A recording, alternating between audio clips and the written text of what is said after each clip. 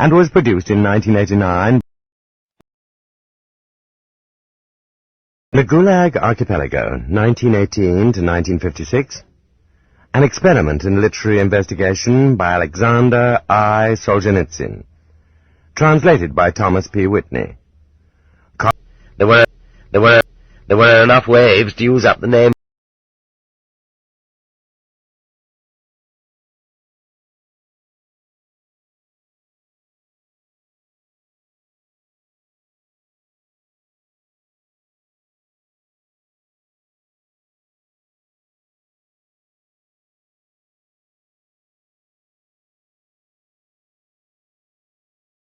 The Gulag Archipelago, 1918 to 1956. An experiment in literary investigation by Aleksandr Solzhenitsyn. Translated by Thomas P. Whitney. Copyright 1973 by Aleksandr Solzhenitsyn. English language translation, copyright 1973-1974 by Harper & Row Publishers, Incorporated. This recording of the reading of the Gulag Archipelago was published by arrangement with Harper & Row Publishers, Incorporated, and was produced in 1989 by Blackstone Audio Books, which holds the copyright thereto. Neither this recording nor any part thereof may be reproduced or used for any purpose without prior written authority from Blackstone Audio Books, Incorporated. The Gulag Archipelago, Volume 1. This volume is 615 pages long and contains 2 parts. The Prison Industry, which consists of 12 chapters, and Perpetual Motion, which consists of 4 chapters. The volume will be read in 2 sections. The first will take us through Chapter 6 of The Prison Industry. The second will pick up with Chapter 7 and take us to the end of Volume 1. And now, the Gulag Archipelago, Volume 1. The following material appears on the dust jacket of the book. It is a question if any work of literature in our era, other than the Divine Comedy, is commensurate with the Gulag Archipelago in structure, scale, multiplicity of incident and characters, emotional range, variety of inflection, and above all in the staggering magnitude of its underlying concept. In this masterpiece, the author of One Day in the Life of Ivan Denisovich and The First Circle has orchestrated thousands of incidents and individual histories into one narrative of unflagging power and momentum. Written in a tone that encompasses Olympian wrath, bitter calm, savage irony, and sheer comedy, it combines history, autobiography, documentary, and political analysis as it examines in its totality the Soviet apparatus of repression from its inception following the October Revolution of 1917. The archipelago of Mr. Solzhenitsyn's work is the network of secret police installations, camps, prisons, transit centers, communications facilities, transportation systems, and espionage organizations, which in his view honeycombs the length and breadth of the Soviet Union. Drawing on his own experience, material from Soviet archives, cases collected during his 11 years of labor camps and exile, and the evidence of more than 200 fellow prisoners, Mr. Solzhenitsyn concludes that the secret police are the vital element of the Soviet regime, and have been ever since its founding by Lenin. Numerous studies of the Soviet system of control have been published in the West, but until now nothing so complete, so carefully documented and assembled, and never before has a literary giant devoted his gifts of narrative and characterization to the enterprise. Solzhenitsyn has here created and peopled with brilliantly portrayed human beings a vast, overarching fresco of that state within a state, which is the Gulag Archipelago. Thomas P. Whitney, the translator, has also translated both One Day in the Life of Ivan Denisovich and The First Circle, and is a leading authority on Russian culture and the Soviet Union. There is a dedication at the beginning of the book as follows: I dedicate this to all those who did not live to tell it, and may they please forgive me for not having seen it all, nor remembered it all, for not having divined all of it. Author's note. For years I have with reluctant heart withheld from publication this already completed book. My obligation to those still living outweighed my obligation to the dead. But now that state security has seized the book anyway, I have no alternative but to publish it immediately. In this book there are no fictitious persons nor fictitious events. People and places are named with their own names. If they are identified by initials instead of names, it is for personal considerations. If they are not named at all, it is only because human memory has failed to preserve their names. But it all took place, just as it is here described. Preface. In 1949, some friends and I came upon a noteworthy news item in Nature, a magazine of the Academy of Sciences. It reported in tiny type that in the course of excavations on the Kolyma River, a subterranean ice lens had been discovered, which was actually a frozen stream, and in it were found frozen specimens of prehistoric fauna some tens of thousands of years old. Whether fish or salamander, these were preserved in so fresh a state, the scientific correspondent reported, that those present immediately broke open the ice encasing the specimens and devoured them with relish on the spot. The magazine no doubt astonished its small audience with the news of how successfully the flesh of fish could be kept fresh in a frozen state. But few indeed among its readers were able to decipher the genuine and heroic meaning of this incautious report. As for us, however, we understood instantly. We could picture the entire scene right down to the smallest details. How those present broke up the ice in frenzied haste. How, flouting the higher claims of ichthyology and elbowing each other to be first, they tore off chunks of the prehistoric flesh and hauled them over to the bonfire to thaw them out and bolt them down. We understood because we ourselves were the same kind of people as those present at that event. We, too, were from that powerful tribe of Zeks, unique on the face of the earth, the only people who could devour prehistoric salamander with relish. And the Kolyma was the greatest and most famous island, the pole of ferocity of that amazing country of Gulag, which, though scattered in an archipelago geographically, was, in the psychological sense, fused into a continent, an almost invisible, almost imperceptible country inhabited by the Zek people. And this archipelago crisscrossed and patterned that other country within which it was located, like a gigantic patchwork, cutting into its cities, hovering over its streets. Yet there were many who did not even guess at its presence, and many, many others who had heard something vague, and only those who had been there knew the whole truth. But, as though stricken dumb on the islands of the archipelago, they kept their silence. By an unexpected turn of our history, a bit of the truth, an insignificant part of the whole, was allowed out in the open. But those same hands which once screwed tight our handcuffs now hold out their palms in reconciliation. No, don't dig up the past. Dwell on the past, and you'll lose an eye. But the proverb goes on to say, forget the past and you'll lose both eyes. Decades go by, and the scars and sores of the past are healing over for good. In the course of this period, some of the islands of the archipelago have shuddered and dissolved, and the polar sea of oblivion rolls over them. And some day in the future, this archipelago, its air, and the bones of its inhabitants, frozen in a lens of ice, will be discovered by our descendants like some improbable salamander. I would not be so bold as to try to write the history of the archipelago. I have never had the chance to read the documents. And, in fact, will anyone ever have the chance to read them? Those who do not wish to recall have already had enough time, and will have more, to destroy all the documents down to the very last one.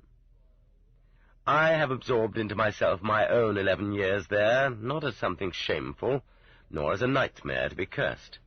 I have come almost to love that monstrous world, and now, by a happy turn of events, I have also been entrusted with many recent reports and letters. So perhaps I shall be able to give some account of the bones and flesh of that salamander, which, incidentally, is still alive. This book could never have been created by one person alone. In addition to what I myself was able to take away from the archipelago, on the skin of my back, and with my eyes and ears, material for this book was given me in reports, memoirs, and letters by 227 witnesses, whose names were to have been listed here. What I here express to them is not personal gratitude, because this is our common collective monument to all those who were tortured and murdered. From among them, I would like to single out in particular those who worked hard to help me obtain supporting bibliographical material from books to be found in contemporary libraries or from books long since removed from libraries and destroyed. Great persistence was often required to find even one copy which had been preserved. Even more would I like to pay tribute to those who helped me keep this manuscript concealed in difficult periods, and then to have it copied. But the time has not yet come when I dare name them. The old Solovetsky Islands prisoner, Dmitri Petrovich Vitkovsky, was to have been editor of this book, but his half a lifetime spent there, indeed his own camp memoirs are entitled Half a Lifetime, resulted in untimely paralysis, and it was not until after he had already been deprived of the gift of speech that he was able to read several completed chapters only and see for himself that everything will be told. Part 1. The Prison Industry. In the period of dictatorship surrounded on all sides by enemies, we sometimes manifested unnecessary leniency and unnecessary soft-heartedness. Kololenko. Speech at the Prompt Party trial.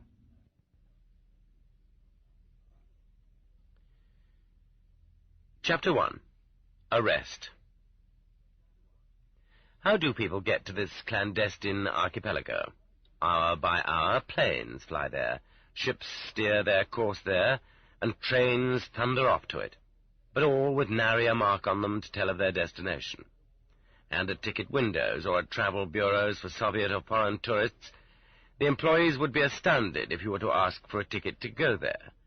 They know nothing, and they've never heard of the archipelago as a whole, or of any of its innumerable islands. Those who go to the archipelago to administer it get there via the training schools of the Ministry of Internal Affairs. Those who go there to be guards are conscripted via the military conscription centers. And those who, like you and me, dear reader, go there to die, must get there solely and compulsorily via arrest. Arrest.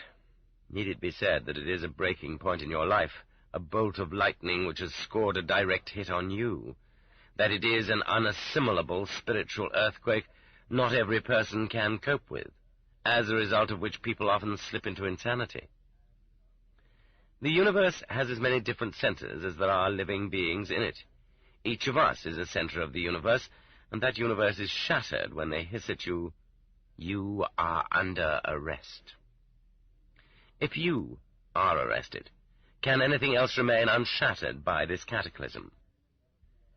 But the darkened mind is incapable of embracing these displacements in our universe, and both the most sophisticated and the veriest simpleton among us, drawing on all life's experience, can gasp out only, "Me? What for?" And this is a question which, though repeated millions and millions of times before, has yet to receive an answer. Arrest is an instantaneous shattering thrust, expulsion, somersault from one state into another. We have been happily born, or perhaps have unhappily dragged our weary way, down the long and crooked streets of our lives, past all kinds of walls and fences made of rotting wood, rammed earth, brick, concrete, iron railings. We have never given a thought to what lies behind them. We have never tried to penetrate them with our vision or our understanding. But there is where the Gulag country begins, right next to us, 2 yards away from us. In addition, we have failed to notice an enormous number of closely fitted, well-disguised doors and gates in these fences. All those gates were prepared for us, every last one. And all of a sudden, the fateful gate swings quickly open, and four white male hands, unaccustomed to physical labor, but nonetheless strong and tenacious, grab us by the leg, arm, collar, cap, ear, and drag us in like a sack, and the gate behind us, the gate to our past life, is slammed shut once and for all. That's all there is to it. You are arrested. And you'll find nothing better to respond with than a lamb-like bleat. Me? What for? That's what arrest is. It's a blinding flash and a blow which shifts the present instantly into the past, and the impossible into omnipotent actuality. That's all. And neither for the first hour nor for the first day will you be able to grasp anything else. Except that in your desperation the fake circus moon will blink at you. It's a mistake. They'll set things right. And everything which is by now comprised in the traditional, even literary image of an arrest will pile up and take shape, not in your own disordered memory, but in what your family and your neighbors in your apartment remember. The sharp nighttime ring, or the rude knock at the door, the insolent entrance of the unwiped jackboots of the unsleeping state security operatives, the frightened and cowed civilian witness at their backs. And what function does this civilian witness serve? The victim doesn't even dare think about it, and the operatives don't remember, but that's what the regulations call for, and so he has to sit there all night long and sign in the morning. You hear my mic? The regulation, purposeless in itself, derives, NM recalls, from that strange time when the citizenry not only was supposed to, but actually dared to verify the actions of the police. For the witness, jerked from his bed, it is torture, too, to go out night after night to help arrest his own neighbors and acquaintances. The traditional image of arrest is also trembling hands packing for the victim, a change of underwear, a piece of soap, something to eat, and no one knows what is needed. There were enough waves ready to occupy a piece of floor in the cell for which they were intended. And the vocabulary he had developed for this people, and a small nationality was thereby left, and trains thunder off to it, of him, security opera, and trains those who were tortured and murdered. From among them I would like to single out in particular those who worked hard to help me obtain supporting bibliography. By an unexpected turn of our history, a bit of the truth of the universe, and that universe is shattered when they hiss at you, "You are under arrest." If you are arrested, can anything else remain unshattered by this cataclysm? But the darkened mind is incapable of embracing these displacements in our universe, and both the most sophisticated and the veriest simpleton among us, drawing on all life's experience, can gasp out only, push to talk. "Me? What for?" And this is a question which, though repeated millions and millions of times before, I think it's working. has yet to receive an answer. Arrest is an instantaneous, shattering thrust, expulsion, somersault from one state into another. We have been happily born, or perhaps have unhappily dragged our weary way, down the long and crooked streets of our lives, past all kinds of walls and fences made of rotting wood, rammed earth, brick, concrete, iron railings. We have never given a thought to what lies behind them. Delay. We have never tried to penetrate them with our vision or our understanding. But there is where the Gulag country begins, right next to us, 2 yards away from us. In addition, we have failed to notice an enormous number of closely fitted, well-disguised doors and gates in these fences. All those gates were prepared for us, every last one. And all of a sudden, the fateful gate swings quickly open, and four white male hands, unaccustomed to physical labor, but nonetheless strong and tenacious, grab us by the leg, arm, collar, cap, ear, and drag us in like a sack, and the gate behind us, the gate to our past life, is slammed shut once and for all. That's all there is to it. You are arrested. And you'll find nothing better to respond with than a lamb-like bleat. Me? What for? That's what arrest is. It's a blinding flash and a blow which shifts the present instantly into the past, and the impossible into omnipotent actuality. That's all. And neither for the first hour nor for the first day will you be able to grasp anything else. Except that in your desperation the fake circus moon will blink at you. It's a mistake. They'll set things right. And everything which is by now comprised in the traditional, even literary image of an arrest will pile up and take shape, not in your own disordered memory, but in what your family and your neighbors in your apartment remember. The sharp nighttime ring, or the rude knock at the door, the insolent entrance of the unwiped jackboots of the unsleeping state security operatives, the frightened and cowed civilian witness at their backs. And what function does this civilian witness serve? The victim doesn't even dare think about it, and the operatives don't remember, but that's what the regulations call for, and so he has to sit there all night long and sign in the morning. The regulation, purposeless in itself, derives, N.M. recalls, from that strange time when the citizenry not only was supposed to, but actually dared to verify the actions of the police. For the witness, jerked from his bed, it is torture, too, to go out night after night to help arrest his own neighbors and acquaintances. The traditional image of arrest is also trembling hands packing for the victim, a change of underwear, a piece of soap, something to eat. And no one knows what is needed, what is permitted, what clothes are best to wear, and the security agents keep interrupting and hurrying you. You don't need anything. They'll feed you there. It's warm there. It's all lies. They keep hurrying you to frighten you. The traditional image of arrest is also what happens afterward, when the poor victim has been taken away. It is an alien, brutal, and crushing force, totally dominating the apartment for hours on end, a breaking, ripping open, pulling from the walls, emptying things from wardrobes and desks onto the floor, shaking, dumping out, and ripping apart, piling up mountains of litter on the floor, and the crunch of things being trampled beneath jackboots. And nothing is sacred in a search. During the arrest of the locomotive engineer Inoshin, a tiny coffin stood in his room, containing the body of his newly dead child. The jurists dumped the child's body out of the coffin and searched it. They shake sick people out of their sick beds, and they unwind bandages to search beneath them.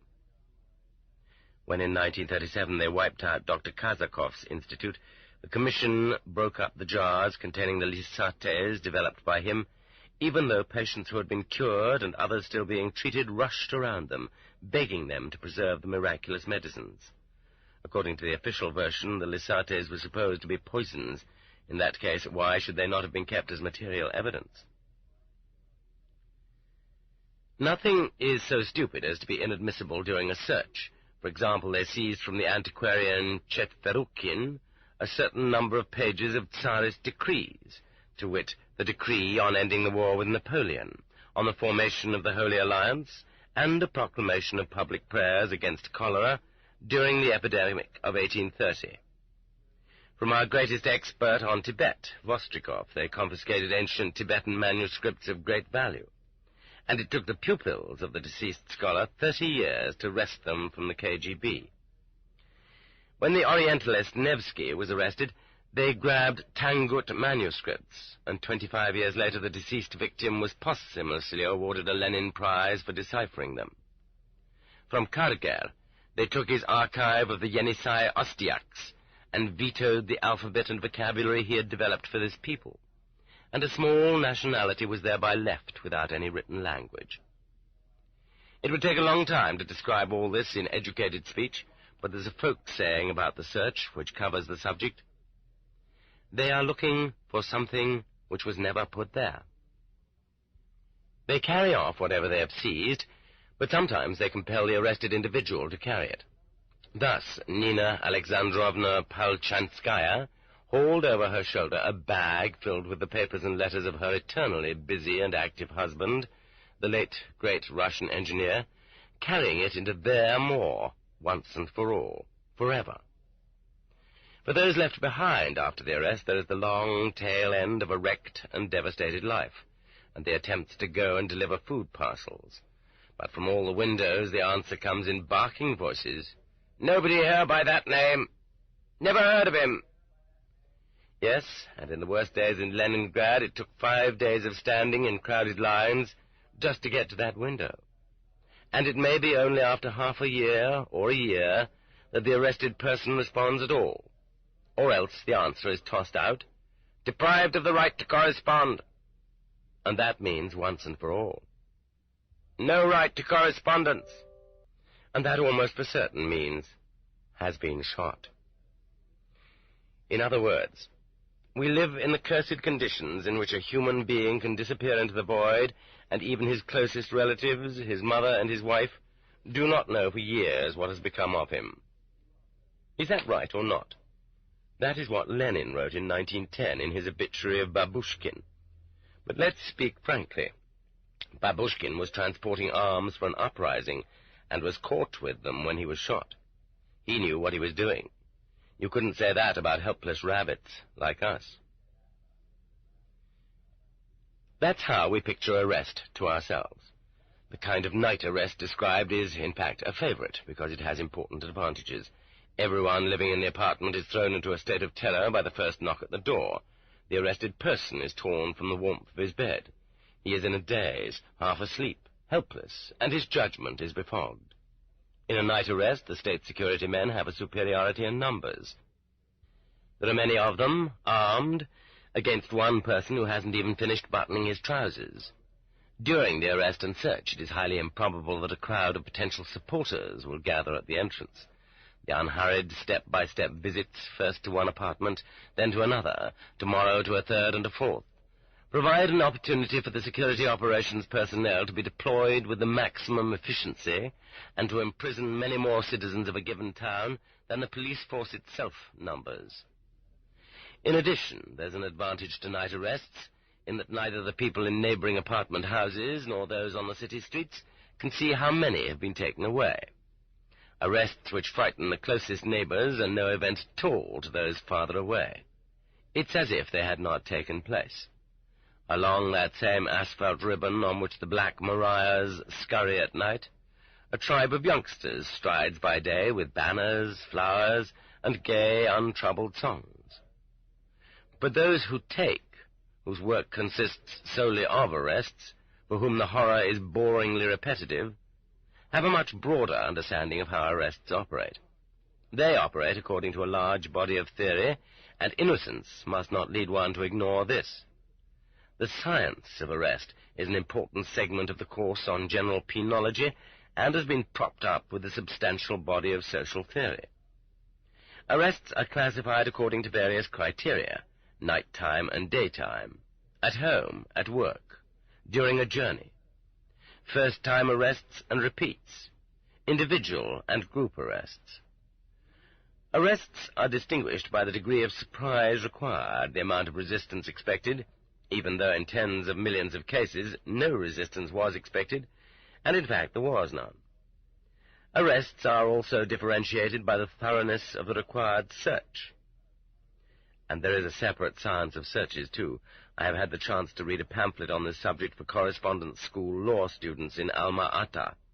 Its author praises highly those police officials who, in the course of their searches, went so far as to turn over 2 tons of manure, 8 cubic yards of firewood, or 2 loads of hay, cleaned the snow from an entire collective farm vegetable plot, dismantled brick ovens, dug up cesspools, checked out toilet bowls, looked into dog houses, chicken coops, bird houses, tore apart mattresses, ripped adhesive tape off people's bodies, and even tore out metal teeth in the search for microfilm.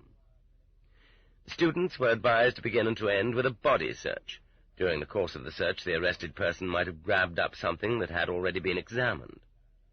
They were also advised to return to the site of a search at a different time of day and carry out the search all over again.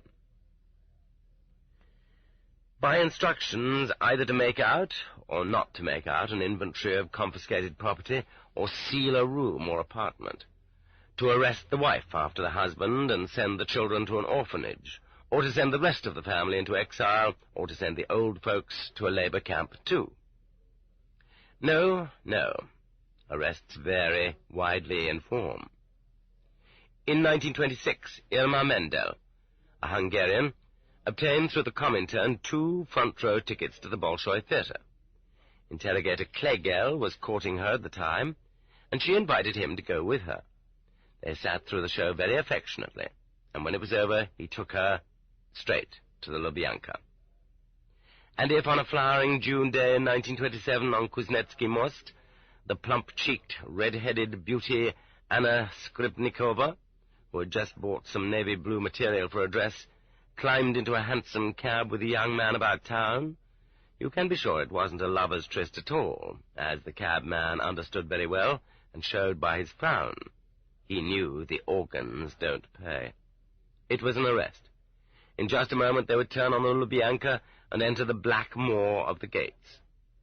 And if, some 22 springs later, Navy Captain second-rank Boris Bukovsky, wearing a white tunic and a trace of expensive eau de cologne, was buying a cake for a young lady, do not take an oath that the cake would ever reach the young lady, and not be sliced up instead by the knives of the men searching the captain, and then delivered to him in his first cell.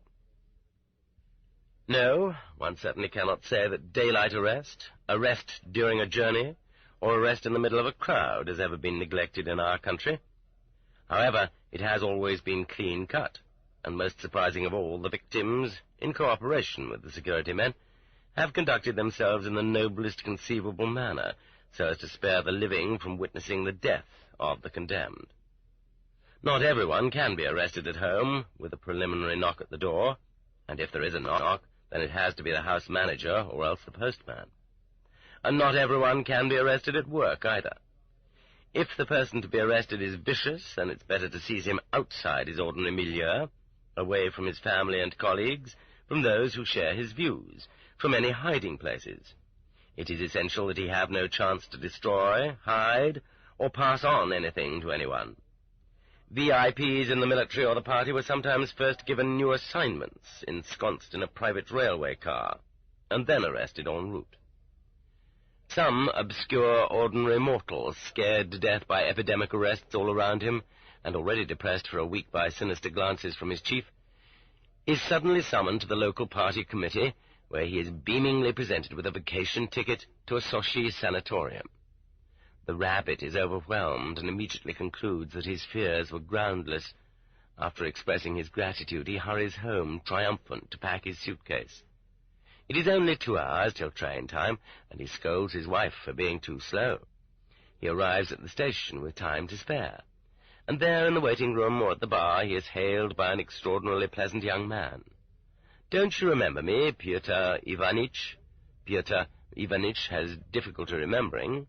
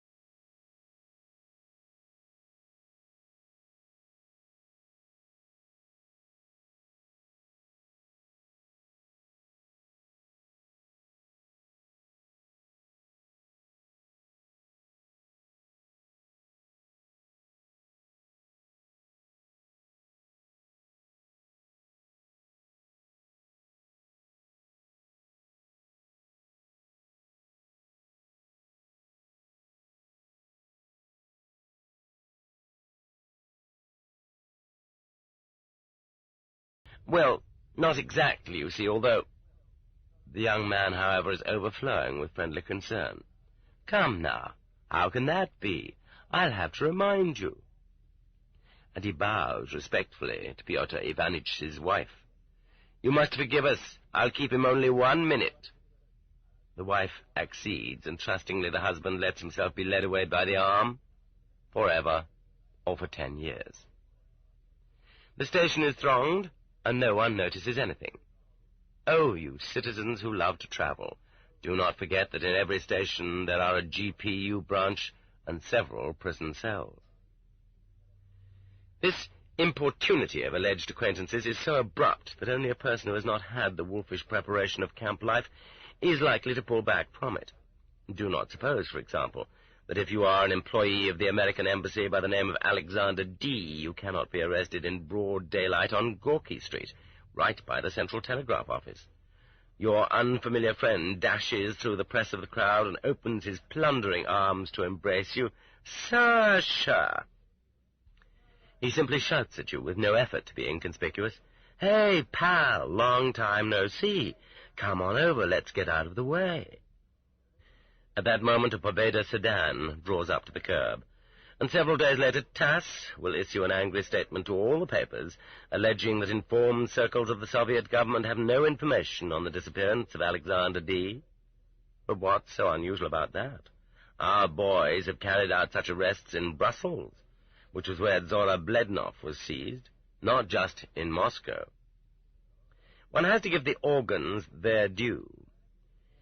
In an age when public speeches, the plays in our theatres, and women's fashions all seem to have come off assembly lines, arrests can be of the most varied kind. They take you aside in a factory corridor after you have had your pass checked, and you're arrested. They take you from a military hospital with a temperature of 102, as they did with Hans Bernstein, and the doctor will not raise a peep about your arrest. Just let him try.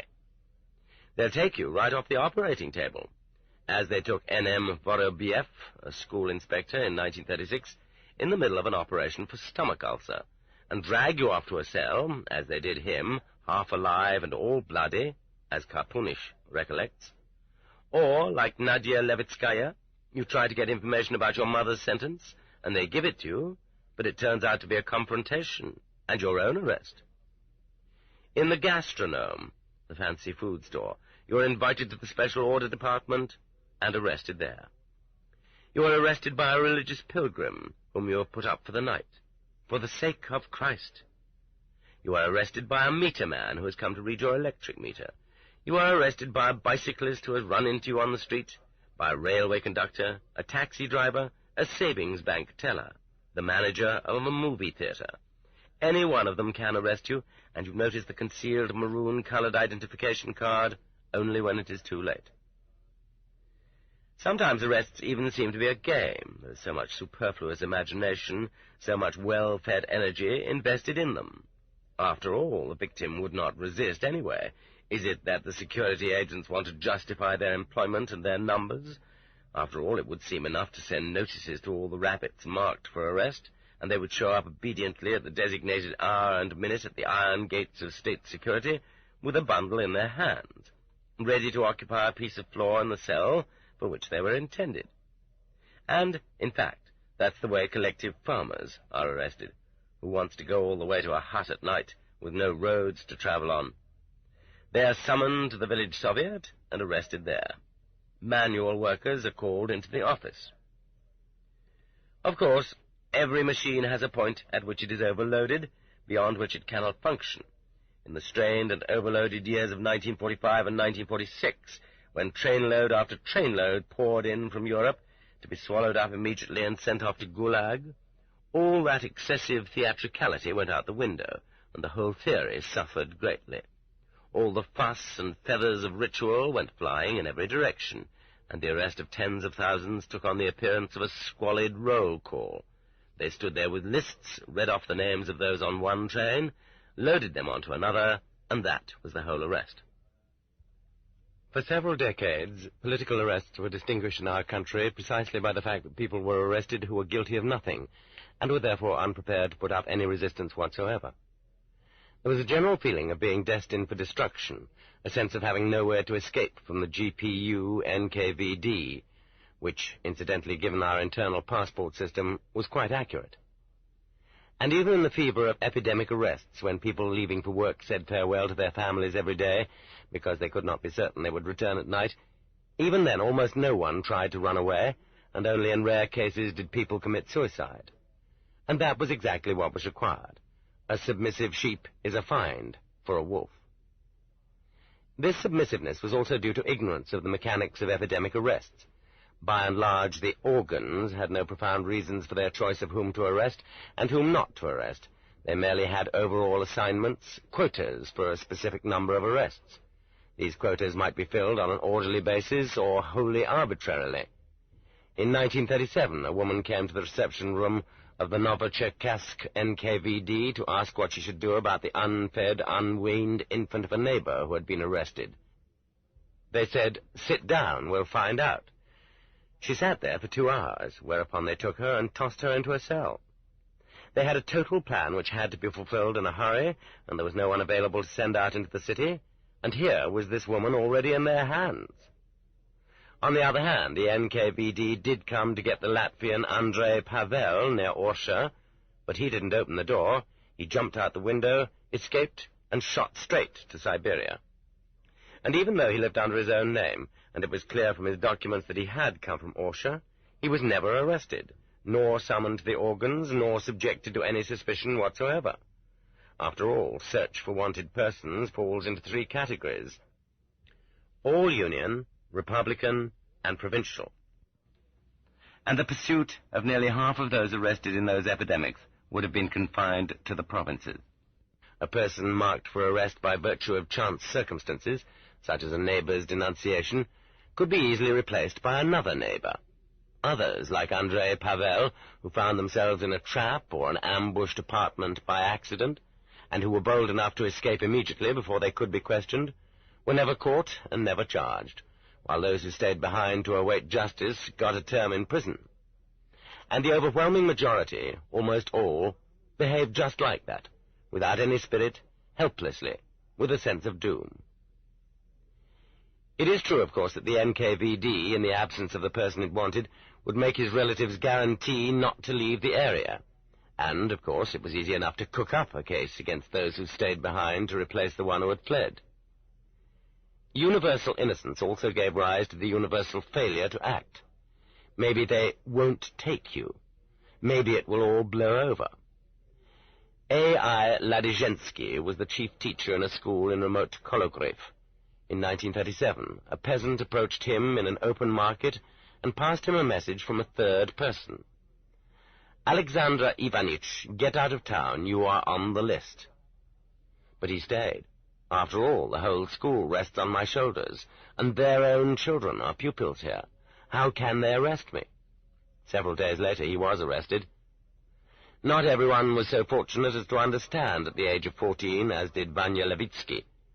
Every honest man is sure to go to prison. Right now my papa is serving time, and when I grow up they'll put me in, too. They put him in when he was 23 years old. The majority sit quietly and dare to hope. Since you aren't guilty, then how can they arrest you? It's a mistake. They are already dragging you along by the collar, and you still keep on exclaiming to yourself, "It's a mistake. They'll set things straight and let me out." Others are being arrested en masse, and that's a bothersome fact. But in those other cases there is always some dark area. Maybe he was guilty.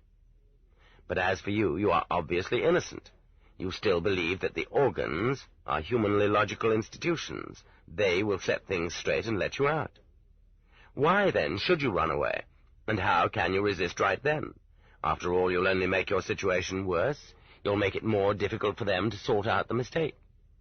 And it isn't just that you don't put up any resistance.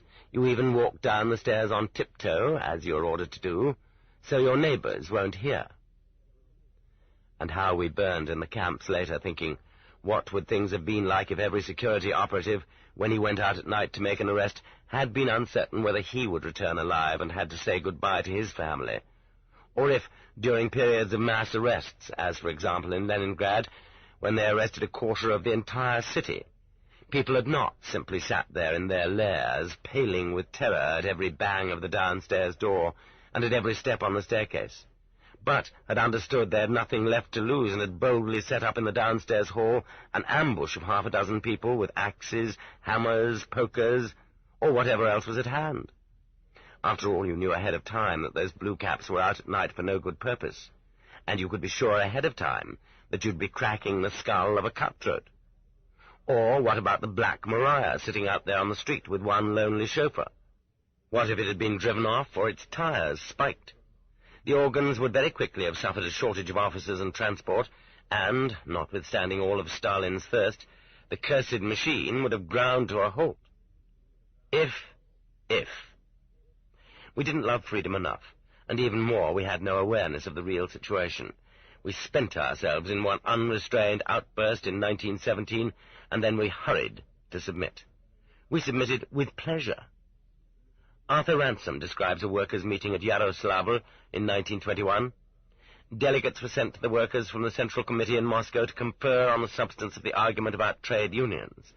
The representative of the opposition, Y. Larin, explained to the workers that their trade union must be their defense against the administration, that they possessed rights which they had won, and upon which no one else had any right to infringe. The workers, however, were completely indifferent, simply not comprehending whom they still needed to be defended against, and why they still needed any rights.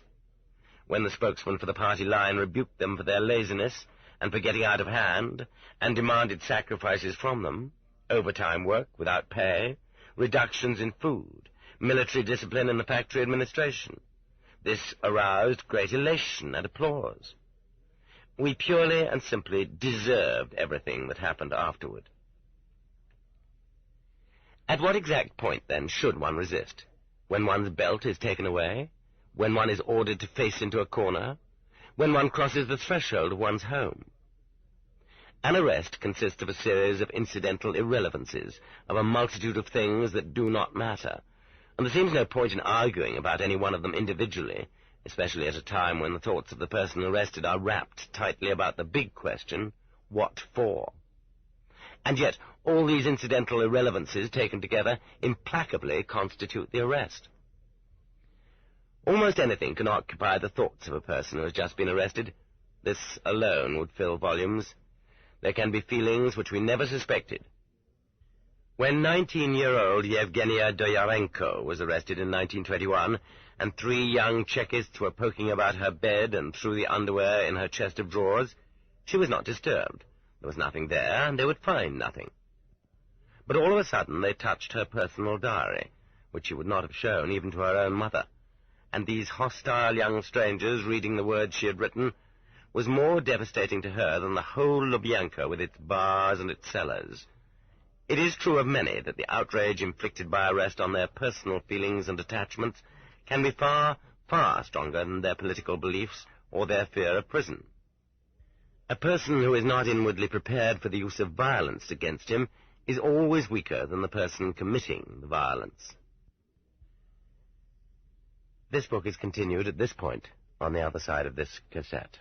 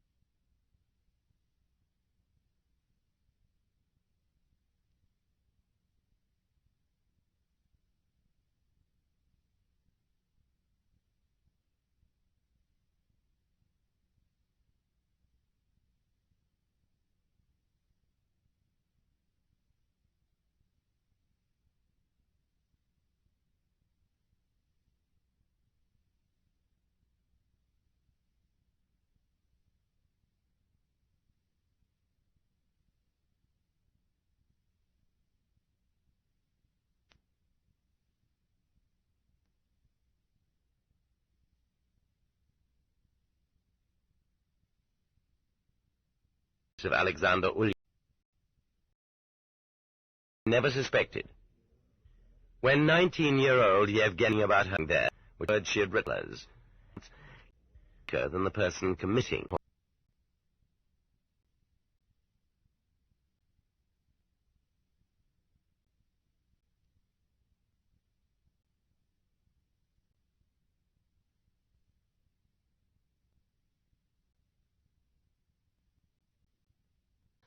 Gulag Archipelago, Volume 1, Section 1, continued. Cassette 1, Side 2. It is true of many that the outrage inflicted by arrest on their personal feelings and attachments can be far, far stronger than their political beliefs or their fear of prison. A person who is not inwardly prepared for the use of violence against him is always weaker than the person committing the violence. There are a few bright and daring individuals who understand instantly. Grigoriev, the director of the Geological Institute of the Academy of Sciences, barricaded himself inside and spent 2 hours burning up his papers when they came to arrest him in 1948. Sometimes the principal emotion of the person arrested is relief and even happiness. This is another aspect of human nature. It happened before the revolution, too. The Yekaterinodas schoolteacher, Sergio Kova, involved in the case of Alexander Ulyanov, felt only relief when she was arrested. But this feeling was 1,000 times stronger during epidemics of arrests, when all around you they were hauling in people like yourself and still had not come for you. For some reason they were taking their time. After all, that kind of exhaustion, that kind of suffering, is worse than any kind of arrest, and not only for a person of limited courage. Vasily Vlasov, a fearless communist, whom we shall recall more than once later on, renounced the idea of escape proposed by his non-party assistants, and pined away because the entire leadership of the Kadi district was arrested in 1937, and they kept delaying and delaying his own arrest. He could only endure the blow head-on. He did endure it, and then he relaxed, and during the first days after his arrest he felt marvelous. In 1934, the priest, Father Irakli, went to Alma-Ata to visit some believers in exile there. During his absence, they came 3 times to his Moscow apartment to arrest him. When he returned, members of his flock met him at the station and refused to let him go home, and for 8 years hid him in one apartment after another. The priest suffered so painfully from this harried life that when he was finally arrested in 1942, he sang hymns of praise to God. In this chapter we are speaking only of the masses, the helpless rabbits arrested for no one knows what reason. But in this book we will also have to touch on those who in post-revolutionary times remained genuinely political. Vera Rybakova, a social democratic student, dreamed when she was in freedom of being in the detention center in Suzdal. Only there did she hope to encounter her old comrades, for there were none of them left in freedom. And only there could she work out her world outlook. The socialist revolutionary, the SR, Yekaterina Olitskaya, didn't consider herself worthy of being imprisoned in 1924. After all, Russia's best people had served time, and she was still young, and had not yet done anything for Russia. But freedom itself was expelling her, and so both of them went to prison, with pride and happiness. Resistance. Why didn't you resist? Today those who have continued to live on in comfort scold those who suffered. Yes, resistance should have begun right there, at the moment of the arrest itself. But it did not begin. And so they are leading you. During a daylight arrest there is always that brief and unique moment when they are leading you, either inconspicuously on the basis of a cowardly deal you have made, or else quite openly, their pistols unholstered, through a crowd of hundreds of just such doomed innocents as yourself. You aren't gagged. You really can, and you really ought, to cry out that you are being arrested, that villains in disguise are trapping people, that arrests are being made on the strength of false denunciations, that millions are being subjected to silent reprisals. If many such outcries had been heard all over the city in the course of a day, would not our fellow citizens perhaps have begun to bristle? And would arrests perhaps no longer have been so easy? In 1927, when submissiveness had not yet softened our brains to such a degree, 2 Chekists tried to arrest a woman on Sovpukov Square during the day. She grabbed hold of the stanchion of a street lamp and began to scream, refusing to submit. A crowd gathered. There had to have been that kind of woman. There had to have been that kind of crowd, too. Passers-by didn't all just close their eyes and hurry by. The quick young men immediately became flustered. They can't work in the public eye. They got into their car and fled. Right then and there she should have gone to a railroad station and left. But she went home to spend the night. And during the night they took her off to the Lubyanka. Instead, not one sound comes from your parched lips, and that passing crowd naively believes that you and your executioners are friends out for a stroll. I myself often had the chance to cry out. On the 11th day after my arrest, 3 Smersh bums, more burdened by 4 suitcases full of war booty than by me, they had come to rely on me in the course of the long trip, brought me to the Byelorussian station in Moscow. They were called a special convoy, in other words, a special escort guard, but in actual fact their automatic pistols only interfered with their dragging along the 4 terribly heavy bags of loot they and their chiefs in Smersh, counterintelligence on the 2nd Byelorussian front, had plundered in Germany, and were now bringing to their families in the fatherland under the pretext of convoying me. I myself lugged a 5th suitcase with no great joy, since it contained my diaries and literary works, which were being used as evidence against me.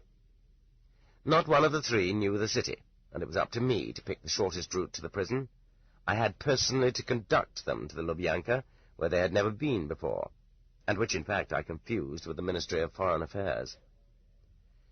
I had spent 1 day in the counterintelligence prison at Army headquarters, and 3 days in the counterintelligence prison at the headquarters of the front, where my cellmates had educated me in the deceptions practiced by the interrogators, their threats and beatings, in the fact that once a person was arrested he was never released, and in the inevitability of a tener, a 10-year sentence. And then, by a miracle, I had suddenly burst out of there and for 4 days had travelled like a free person among free people, even though my flanks had already lain on rotten straw beside the latrine bucket, my eyes had already beheld beaten-up and sleepless men, my ears had heard the truth, and my mouth had tasted prison gruel. So why did I keep silent? Why, in my last minute out in the open, did I not attempt to enlighten the hoodwinked crowd? I kept silent, too, in the Polish city of Brodnica, but perhaps they didn't understand Russian there. I didn't call out 1 word on the streets of Bialystok, but maybe it wasn't a matter that concerned the Poles. I didn't utter a sound at the Volkovysk station, but there were very few people there. I walked along the Minsk station platform beside those same bandits, as if nothing at all were amiss, but the station was still a ruin. And now I was leading the Smersh men through the circular upper concourse of the Byelorussian radial subway station on the Moscow Circle line, with its white-ceilinged dome and brilliant electric lights, and opposite us 2 parallel escalators thickly packed with Muscovites rising from below.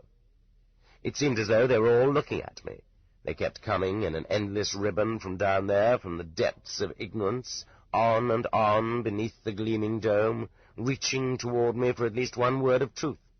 So why did I keep silent? Every man always has handy a dozen glib little reasons why he is right not to sacrifice himself. Some still have hopes of a favorable outcome to their case, and are afraid to ruin their chances by an outcry. For, after all, we get no news from that other world, and we do not realize that from the very moment of arrest our fate has almost certainly been decided in the worst possible sense, and that we cannot make it any worse. Others have not yet attained the mature concept on which a shout of protest to the crowd must be based. Indeed, only a revolutionary has slogans on his lips that are crying to be uttered aloud, and where would the uninvolved, peaceable, average man come by such slogans? He simply does not know what to shout. And then, last of all, there is a person whose heart is too full of emotion, whose eyes have seen too much, for that whole ocean to pour forth in a few disconnected cries. As for me, I kept silent for 1 further reason, because those Muscovites thronging the steps of the escalators were too few for me. Too few. Here my cry would be heard by 200 or twice 200. But what about the 200 million? Vaguely, unclearly, I had a vision that someday I would cry out to the 200 million. But for the time being, I did not open my mouth, and the escalator dragged me implacably down into the nether world. And when I got to Okhotny Riyadh, I continued to keep silent. Nor did I utter a cry at the Metropole Hotel, nor wave my arms on the Golgotha of Lubyanka Square. Mine was probably the easiest imaginable kind of arrest. It did not tear me from the embrace of kith and kin, nor wrench me from a deeply cherished home life. One pallid European February, it took me from our narrow salient on the Baltic Sea, where, depending on one's point of view, either we had surrounded the Germans or they had surrounded us, and it deprived me only of my familiar artillery battery and the scenes of the last 3 months of the war. The brigade commander called me to his headquarters and asked me for my pistol. I turned it over without suspecting any evil intent, when suddenly, from a tense, immobile suite of staff officers in the corner, 2 counterintelligence officers stepped forward hurriedly, crossed the room in a few quick bounds, their 4 hands grabbed simultaneously at the star on my cap, my shoulder boards, my officer's belt, my map case, and they shouted theatrically, "You are under arrest!" Burning and prickling from head to toe, all I could exclaim was, "Me? What for?" And even though there is usually no answer to this question, surprisingly I received one. This is worth recalling, because it is so contrary to our usual custom. Hardly had the Smersh men finished plucking me and taken my notes on political subjects, along with my map case, and begun to push me as quickly as possible toward the exit, urged on by the German shell fire rattling the window panes, then I heard myself firmly addressed. Yes. Across the sheer gap separating me from those left behind, the gap created by the heavy falling word arrest, across that quarantine line not even a sound dared penetrate, came the unthinkable magic words of the brigade commander. "Solzhenitsyn, come back here." With a sharp turn, I broke away from the hands of the Smersh men and stepped back to the brigade commander. I had never known him very well. He had never condescended to run-of-the-mill conversations with me. To me, his face had always conveyed an order, a command, wrath. But right now it was illuminated in a thoughtful way. Was it from shame for his own involuntary part in this dirty business? Was it from an impulse to rise above the pitiful subordination of a whole lifetime? 10 days before, I had led my own reconnaissance battery almost intact out of the fire pocket in which the 12 heavy guns of his artillery battalion had been left, and now he had to renounce me because of a piece of paper with a seal on it. "You have," he asked weightily, "a friend on the 1st Ukrainian front." "It's forbidden! You have no right!" the captain and the major of counterintelligence shouted at the colonel. In the corner, the suite of staff officers crowded closer to each other in fright, as if they feared to share the brigade commander's unbelievable rashness, the political officers among them already preparing to present materials against him. But I had already understood. I knew instantly I had been arrested because of my correspondence with a school friend, and understood from what direction to expect danger. Zakhar Georgievich Travkin could have stopped right there, but no. Continuing his attempt to expunge his part in this, and to stand erect before his own conscience, he rose from behind his desk — he had never stood up in my presence in my former life — and reached across the quarantine line that separated us, and gave me his hand, although he would never have reached out his hand to me had I remained a free man. And pressing my hand, while his whole suite stood there in mute horror, showing that warmth that may appear in an habitually severe face, he said, fearlessly and precisely, "I wish you happiness, Captain."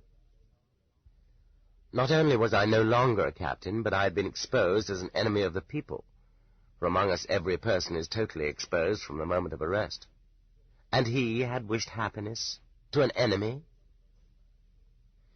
Here is what is most surprising of all. One can be a human being despite everything. Nothing happened to Travkin. Not long ago we met again, cordially. and I really got to know him for the first time. He is a retired general and an inspector of the Hunters' Alliance. The panes rattled. The German shells tore up the earth 200 yards away, reminding one that this could not have happened back in the rear, under the ordinary circumstances of established existence, but only out here, under the breath of death, which was not only close by, but in the face of which all were equal. This is not going to be a volume of memoirs about my own life. Therefore I am not going to recount the truly amusing details of my arrest, which was like no other. That night the Smersh officers gave up their last hope of being able to make out where we were on the map. They never had been able to read maps anyway. So they politely handed the map to me and asked me to tell the driver how to proceed to counterintelligence at Army headquarters. I therefore led them and myself to that prison, and in gratitude they immediately put me not in an ordinary cell, but in a punishment cell. And I really must describe that closet in a German peasant house which served as a temporary punishment cell. It was the length of one human body, and wide enough for 3 to lie packed tightly, 4 to pinch. As it happened, I was the 4th, shoved in after midnight. The 3 lying there blinked sleepily at me in the light of the smoky kerosene lantern, and moved over, giving me enough space to lie on my side, half between them, half on top of them, until gradually, by sheer weight, I could wedge my way in. And so 4 overcoats lay on the crushed, straw-covered floor, with 8 boots pointing at the door. They slept, and I burned. The more self-assured I had been as a captain half a day before, the more painful it was to crowd onto the floor of that closet. Once or twice the other fellows woke up numb on one side, and we all turned over at the same time. Toward morning they awoke, yawned, grunted, pulled up their legs, moved into various corners, and our acquaintance began. "What are you in for?" But a troubled little breeze of caution had already breathed on me beneath the poisoned roof of Smersh, and I pretended to be surprised. "No idea. Do the bastards tell you?"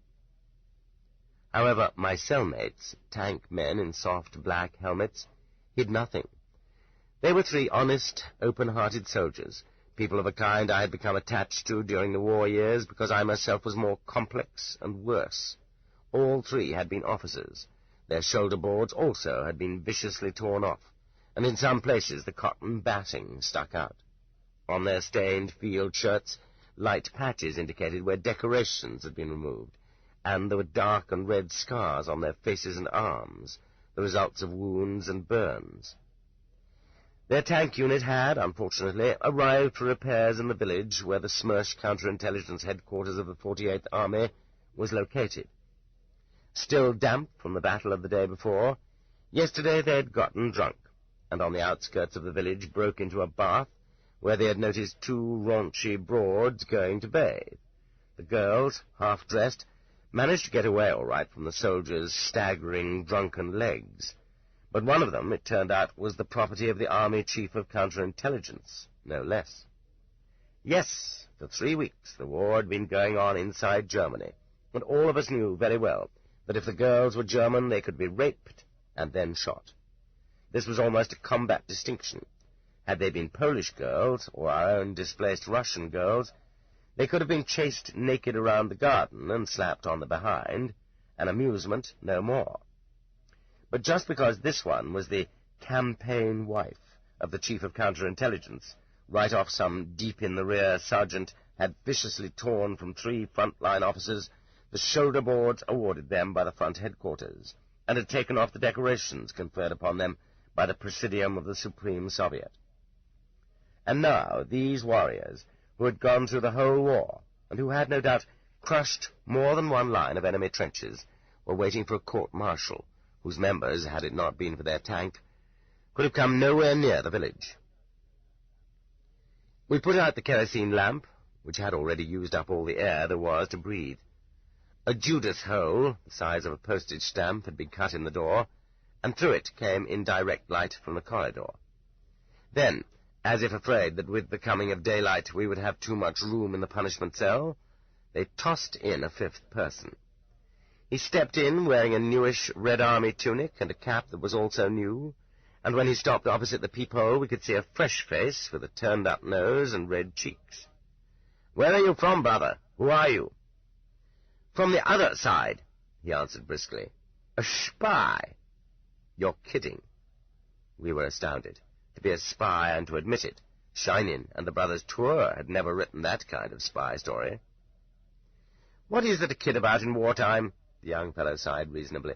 "And just how else can you get back home from being a POW? Well, you tell me."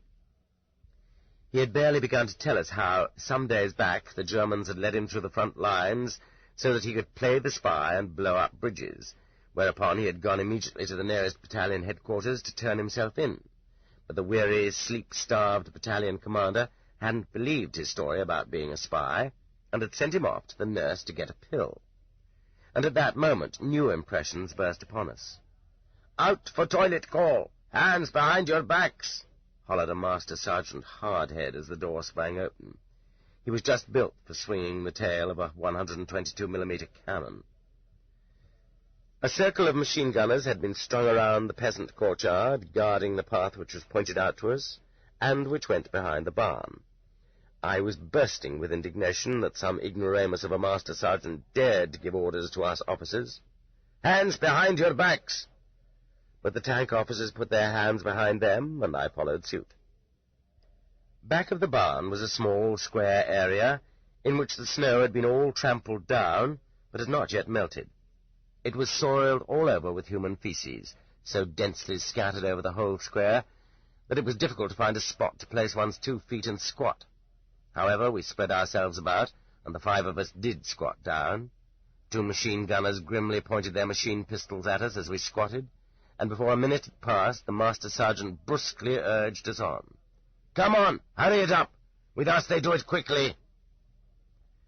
Not far from me squatted one of the tank men, a native of Rostov, a tall, melancholy senior lieutenant.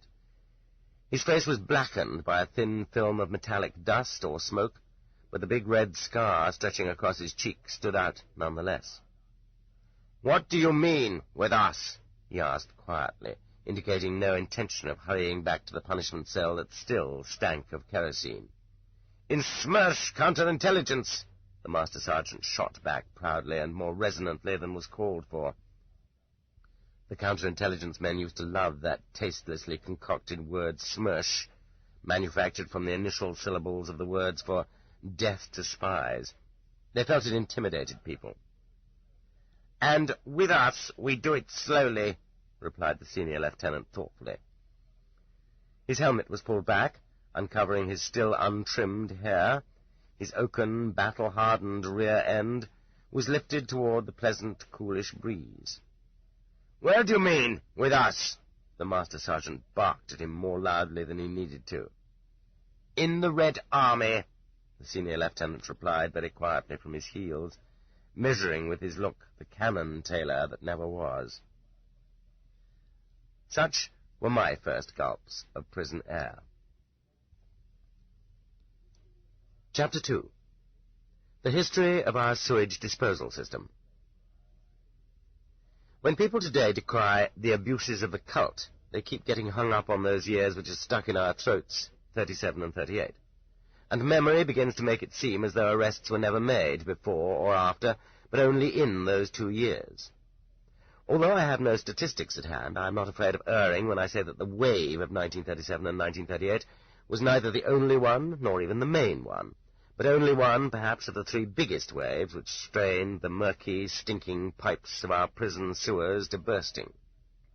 Before it came the wave of 1929 and 1930, the size of a good river Ob, which drove a mere 15 million peasants, maybe even more, out into the taiga and the tundra.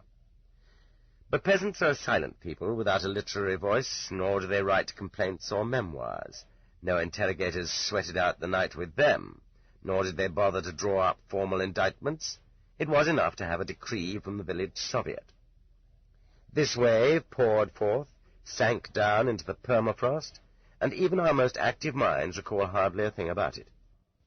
It is as if it had not even scarred the Russian conscience. And yet Stalin, and you and I as well, committed no crime more heinous than this. And after it, there was the wave of 1944 to 1946, the size of a good Yenisei, when they dumped whole nations down the sewer pipes, not to mention millions and millions of others who, because of us, had been prisoners of war or carried off to Germany and subsequently repatriated. This was Stalin's method of cauterizing the wounds so that scar tissue would form more quickly, and thus the body politic as a whole would not have to rest up, catch its breath, regain its strength.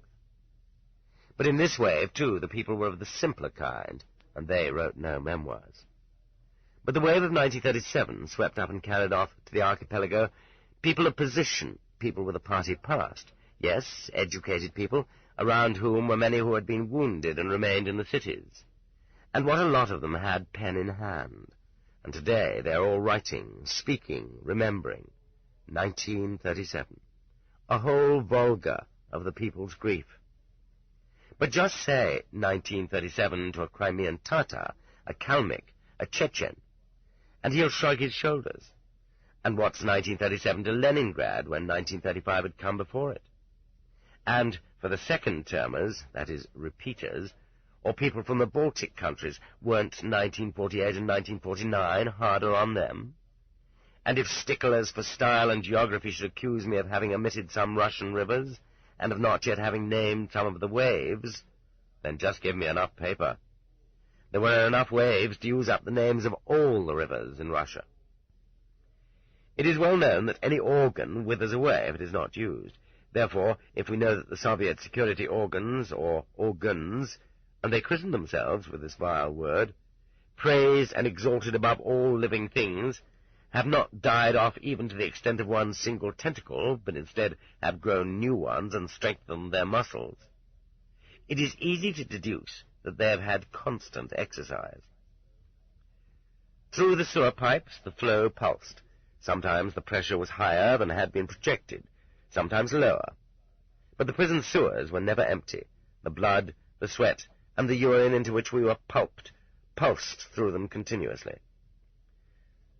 The history of this sewage system is the history of an endless swallow and flow, flood alternating with ebb, and ebb again with flood.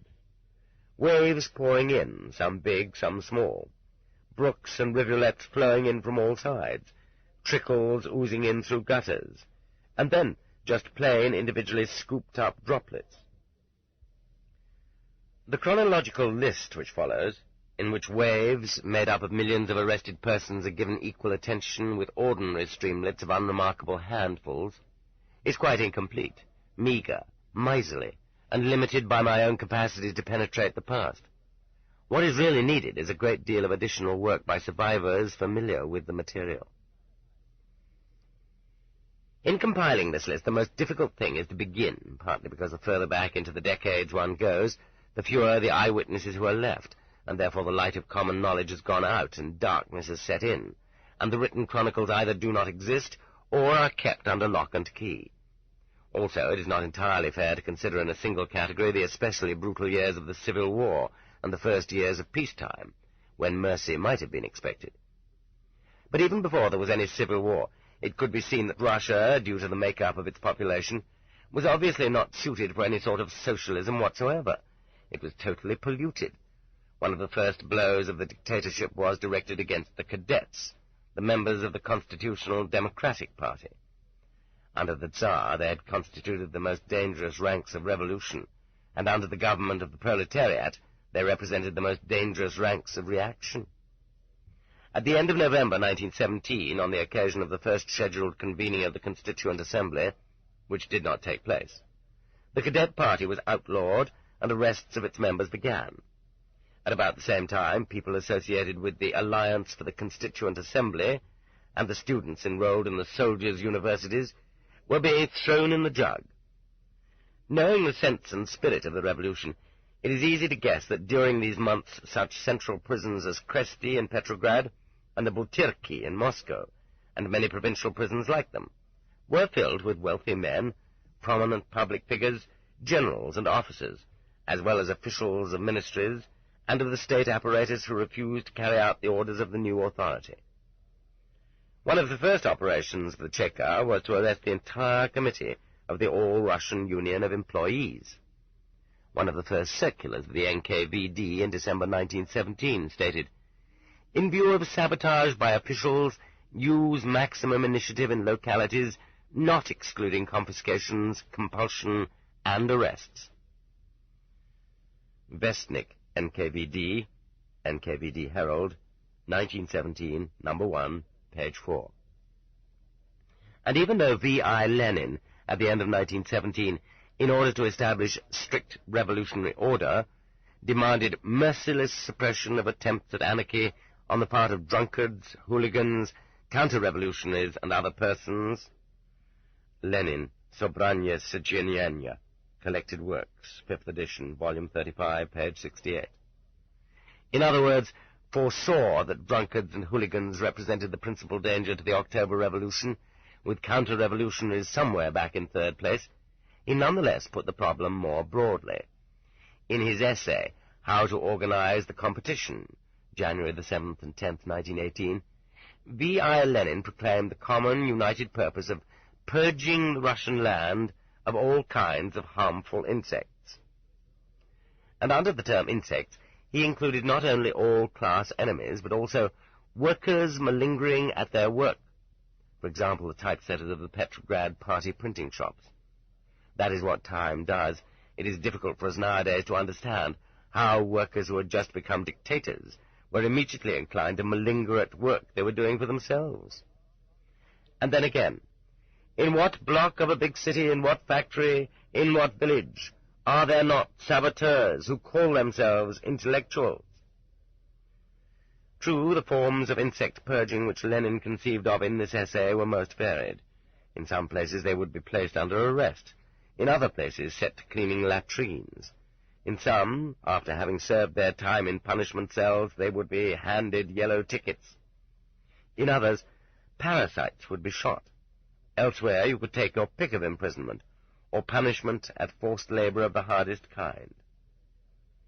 Even though he perceived and suggested the basic directions punishment should take, Vladimir Ilyich proposed that communes and communities should compete to find the best methods of purging. It is not possible for us at this time fully to investigate exactly who fell within the broad definition of insects. The population of Russia was too heterogeneous and encompassed small, special groups, entirely superfluous and today forgotten. The people in the local zemstvo, self-governing bodies in the provinces, were, of course, insects. People in the cooperative movements were also insects, as were all owners of their own homes. There were not a few insects among the teachers in the gymnasiums. The church parish councils were made up almost exclusively of insects, and it was insects, of course, who sang in church choirs. All priests were insects, and monks and nuns even more so. And all those Tolstoyans who, when they undertook to serve the Soviet government on, for example, the railroads, refused to sign the required oath to defend the Soviet government with gun in hand, thereby showed themselves to be insects too. We will later see some of them on trial. The railroads were particularly important, for there were indeed many insects hidden beneath railroad uniforms, and they had to be rooted out, and some of them slapped down. And telegraphers, for some reason, were, for the most part, inveterate insects who had no sympathy for the Soviets. Nor could you say a good word about Exile, the all-Russian executive committee of the Union of Railroad Workers, nor about the other trade unions, which were often filled with insects hostile to the working class. Just those groups we have so far enumerated represent an enormous number of people, several years' worth of purge activity. In addition, how many kinds of cursed intellectuals there were, restless students, and a variety of eccentrics, truth-seekers, and holy fools, of whom even Peter the Great had tried in vain to purge Russia, and who were always a hindrance to a well-ordered, strict regime. It would have been impossible to carry out this hygienic purging, especially under wartime conditions, if they had had to follow outdated legal processes and normal judicial procedures. And so an entirely new form was adopted, extrajudicial reprisal. And this thankless job was self-sacrificingly assumed by the Cheka, the sentinel of the revolution, which was the only punitive organ in human history that combined in one set of hands investigation, arrest, interrogation, prosecution, trial, and execution of the verdict. In 1918, in order to speed up the cultural victory of the revolution as well, they began to ransack the churches and throw out the relics of saints and to carry off church plate. Popular disorders broke out in defense of the plundered churches and monasteries. Here and there the alarm bells rang out, and the true Orthodox believers rushed forth, some of them with clubs. Naturally, some had to be expended right on the spot, and others arrested. In considering now the period from 1918 to 1920, we are in difficulties. Should we classify among the prison waves all those who were done in before they even got to prison cells? And in what classification should we put those whom the committees of the poor took behind the wing of the village Soviet or to the rear of the courtyard and finished off right there? Did the participants in the cluster of plots uncovered in every province, 2 in Ryazan, 1 in Kostroma, Vishny Volochysk, and Velish, several in Kiev, several in Moscow, 1 in Saratov, Chernigov, Astrakhan, Seliger, Smolensk, Bobruisk, the Tambov Cavalry, Chembar, Velikie Luki, Mstislavl, etc., at least succeed in setting foot on the land of the archipelago, or did they not, and are they therefore not related to the subject of our investigations? Bypassing the repression of the now famous rebellions, Yaroslavl, Murom, Rybinsk, Arzamas, we know of certain events only by their names, for instance the Kolpino executions of June 1918. What were they? Who were they? And where should they be classified? There is also no little difficulty in deciding whether we should classify among the prison waves or on the balance sheets of the Civil War those tens of thousands of hostages, that is, people not personally accused of anything, those peaceful citizens not even listed by name, who were taken off and destroyed simply to terrorize or wreak vengeance on a military enemy or a rebellious population. After August the 30th, 1918, the NKVD ordered the localities to arrest immediately all right socialist revolutionaries and to take a significant number of hostages from the bourgeoisie and military officers. This was just as if, for example, after the attempt of Alexander Ulyanov's group to assassinate the Tsar, not only its members, but all the students in Russia and a significant number of Zemstvo officials had been arrested. By a decree of the Defense Council of February the 15th, 1919, apparently with Lenin in the chair, the Cheka and the NKVD were ordered to take hostage peasants from those localities where the removal of snow from railroad tracks was not proceeding satisfactorily, and if the snow removal did not take place, they were to be shot. Dekreti Sovetskoy Vlasti, Decrees of the Soviet Regime, Volume 4, Moscow, 1968, page 627. At the end of 1920, by decree of the Council of People's Commissars, permission was given to take Social Democrats as hostages, too. But even restricting ourselves to ordinary arrests, we can note that by the spring of 1918, a torrent of socialist traitors had already begun that was to continue without slackening for many years. All these parties, the SRs, the Mensheviks, the anarchists, the popular socialists, had for decades only pretended to be revolutionaries. They had worn socialism only as a mask, and for that they went to hard labor, still pretending. Only during the violent course of the revolution was the bourgeois essence of these socialist traitors discovered. What could be more natural than to begin arresting them? Soon after the outlawing of the cadets, the dispersal of the Constituent Assembly, the disarming of the Preobrazhensky and other regiments, they began in a small way to arrest, quietly at first, both SRs and Mensheviks. After June the 14th, 1918, the day members of these parties were excluded from all the Soviets, the arrests proceeded in a more intensive and more coordinated fashion. From July the 6th on, they began to deal with the left SRs in the same way, though the left SRs had been cleverer and had gone on pretending longer that they were allies of the one and only consistent party of the proletariat. From then on, it was enough for a workers' protest, a disturbance, a strike, to occur at any factory or in any little town, and there were many of them in the summer of 1918, and in March 1921 they shook Petrograd, Moscow, and then Kronstadt, and forced the inauguration of the NEP. And, coinciding with concessions, assurances, and the satisfaction for the just demands of the workers, the Cheka began silently to pick up Mensheviks and SRs at night, as being the people truly to blame for these disorders. In the summer of 1918, and in April and October of 1919, they jailed anarchists right and left. This book is continued on Cassette 2, Side 1.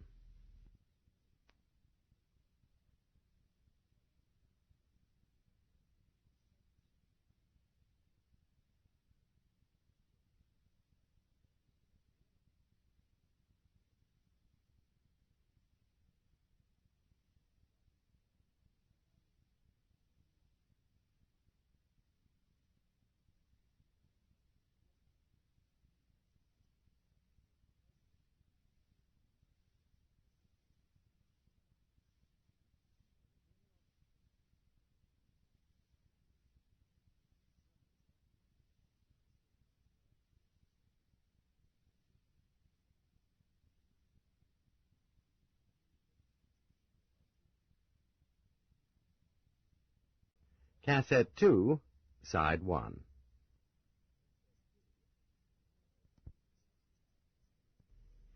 In the summer of 1918, and in April and October of 1919, they jailed anarchists right and left. In 1919, they arrested all the members of the SR Central Committee they could catch, and kept them imprisoned in the Butyrki up to the time of their trial in 1922. In that same year, Latsis, a leading Chekist, wrote of the Mensheviks, "People of this sort are more than a mere hindrance to us. That is why we remove them from our path, so they won't get under our feet. We put them away in a secluded, cozy place in the Butyrki, and we are going to keep them there until the struggle between capital and labor comes to an end." M.I. Latsis, dva goda borbi na vnutrenom fronte. Popularny obzor dejeladske Cheke. 2 years of struggle on the home front. Popular review of the activity of the Cheka.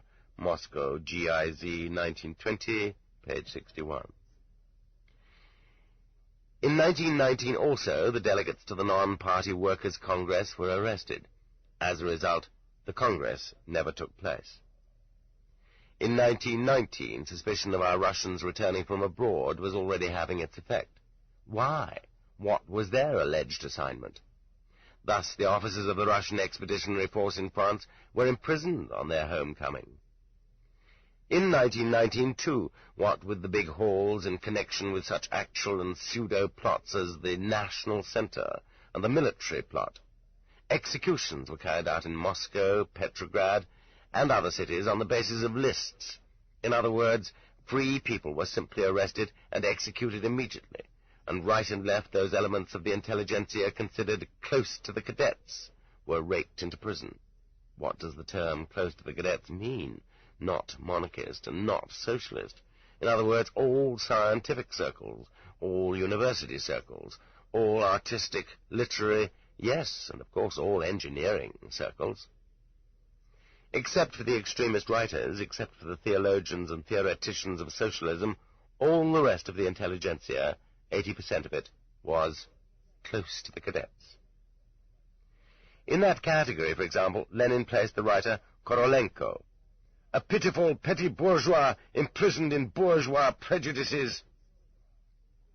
He considered it was not amiss for such talents to spend a few weeks in prison. From Gorky's protests, we learn of individual groups that were arrested. On September the 15th, 1919, Lenin replied to him, "It is clear to us that there were some mistakes, but what a misfortune, just think about it. What injustice!" And he advised Gorky not to waste his energy whimpering over rotten intellectuals. From January 1919 on, food requisitioning was organized and food-collecting detachments were set up. They encountered resistance everywhere in the rural areas, sometimes stubborn and passive, sometimes violent. The suppression of this opposition gave rise to an abundant flood of arrests during the course of the next 2 years. not counting those who were shot on the spot. I am deliberately bypassing here the major part of the grinding done by the Cheka, the special branches, and the revolutionary tribunals as the front line advanced and cities and provinces were occupied. And that same NKVD directive of August the 30th, 1918, ordered that efforts be made to ensure the unconditional execution of all who had been involved in White Guard work. But sometimes it is not clear where to draw the line. By the summer of 1920, for example, the Civil War had not entirely ended everywhere, but it was over on the Don. Nonetheless, officers were sent from there en masse, from Rostov, and from Novocherkassk to Archangel, whence they were transported to the Solovetsky Islands, and, it is said, several of the barges were sunk in the White Sea and in the Caspian Sea. Now, should this be billed to the Civil War or to the beginning of peacetime reconstruction? In Novocherkassk, in the same year, they shot the pregnant wife of an officer because she had hidden her husband. In what classification should she be put? In May 1920 came the well-known decree of the Central Committee on subversive activity in the rear. We know from experience that every such decree is a call for a new wave of widespread arrests. It is the outward sign of such a wave. A particular difficulty, and also a particular advantage, in the organization of all these waves was the absence of a criminal code or any system of criminal law whatsoever before 1922. Only a revolutionary sense of justice, always infallible, guided those doing the purging and managing the sewage system when they were deciding whom to take and what to do with them. In this survey, we are not going to investigate the successive waves of habitual criminals, ugolovniki, and non-political offenders, baitoviki. Therefore, we will merely recall that the country-wide poverty and shortages during the period when the government, all institutions, and the laws themselves were being reorganized could serve only to increase greatly the number of thefts, robberies, assaults, bribes, and the resale of merchandise for excessive profit, speculation. Even though these crimes presented less danger to the existence of the Republic, they too had to be repressed, and their own waves of prisoners served to swell the waves of counter-revolutionaries. And there was speculation, too, of a purely political character, as was pointed out in the decree of the Council of People's Commissars, signed by Lenin on July the 22nd, 1918. Those guilty of selling, or buying up, or keeping for sale in the way of business food products which have been placed under the monopoly of the Republic. A peasant keeps grains for sale in the way of business. What else is his business anyway? Imprisonment for a term of not less than 10 years, combined with the most severe forced labor and confiscation of all their property. From that summer on, the countryside, which had already been strained to the utmost limits, gave up its harvest year after year without compensation. This led to peasant revolts, and in the upshot suppression of the revolts and new arrests. The hardest working sector of the nation was positively uprooted. Kololenko, letter to Gorky, August the 10th, 1921. It was in 1920 that we knew, or failed to know, of the trial of the Siberian Peasants' Union, and at the end of 1920 the repression of the Tambov Peasants' Rebellion began. There was no trial for them. But the main drive to uproot people from the Tambov villages took place mostly in June 1921. Throughout the province, concentration camps were set up for the families of peasants who had taken part in the revolts. Tracts of open field were enclosed with barbed wire strung on posts, and for 3 weeks every family of a suspected rebel was confined there. If within that time the man of the family did not turn up to buy his family's way out with his own head, they sent the family into exile. Even earlier, in March 1921, the rebellious Kronstadt sailors, minus those who had been shot, were sent to the islands of the archipelago via the Trubetskoy bastion of the Peter and Paul fortress. That same year, 1921, began with Cheka Order No. 10, dated January the 8th, to intensify the repression of the bourgeoisie. Now, When the Civil War had ended, repression was not to be reduced, but intensified. Voloshin has pictured for us in several of his poems how this worked out in the Crimea. In the summer of 1921, the State Commission for Famine Relief, including Kuskova, Prokopovich, Kishkin, and others, was arrested. They had tried to combat the unprecedented famine in Russia. The heart of the matter, however, was that theirs were the wrong hands to be offering food, and could not be allowed to feed the starving. The chairman of this commission, the dying Kololenko, who was pardoned, called the destruction of the commission the worst of dirty political tricks, a dirty political trick by the government. Korolenko's letter to Gorky, September the 14th, 1921. Korolenko also reminds us of a particularly important situation in the prisons of 1921. Everywhere they are saturated with typhus. This has been confirmed by Skripnikova and others imprisoned at the time. In that same year, the practice of arresting students began. For example, the group of Yevgenia Dyarenko in the Timirezev Academy for criticism of the system, not in public, merely in conversation among themselves. Such cases, however, were evidently few because the group in question was interrogated by Menzhinsky and Yogoda personally. Also in 1921, the arrests of members of all non-Bolshevik parties were expanded and systematized. In fact, all Russia's political parties had been buried, except the victorious one. Oh, do not dig a grave for someone else. And so that the dissolution of these parties would be irreversible, it was necessary that their members should disintegrate, and their physical bodies, too. Not one citizen of the former Russian state who had ever joined a party other than the Bolshevik party could avoid his fate. He was condemned unless, like Maisky or Vyshinsky, he succeeded in making his way across the planks of the wreck to the Bolsheviks. He might not be arrested in the first group. He might live on, depending on how dangerous he was believed to be, until 1922, 1932, or even 1937. But the lists were kept.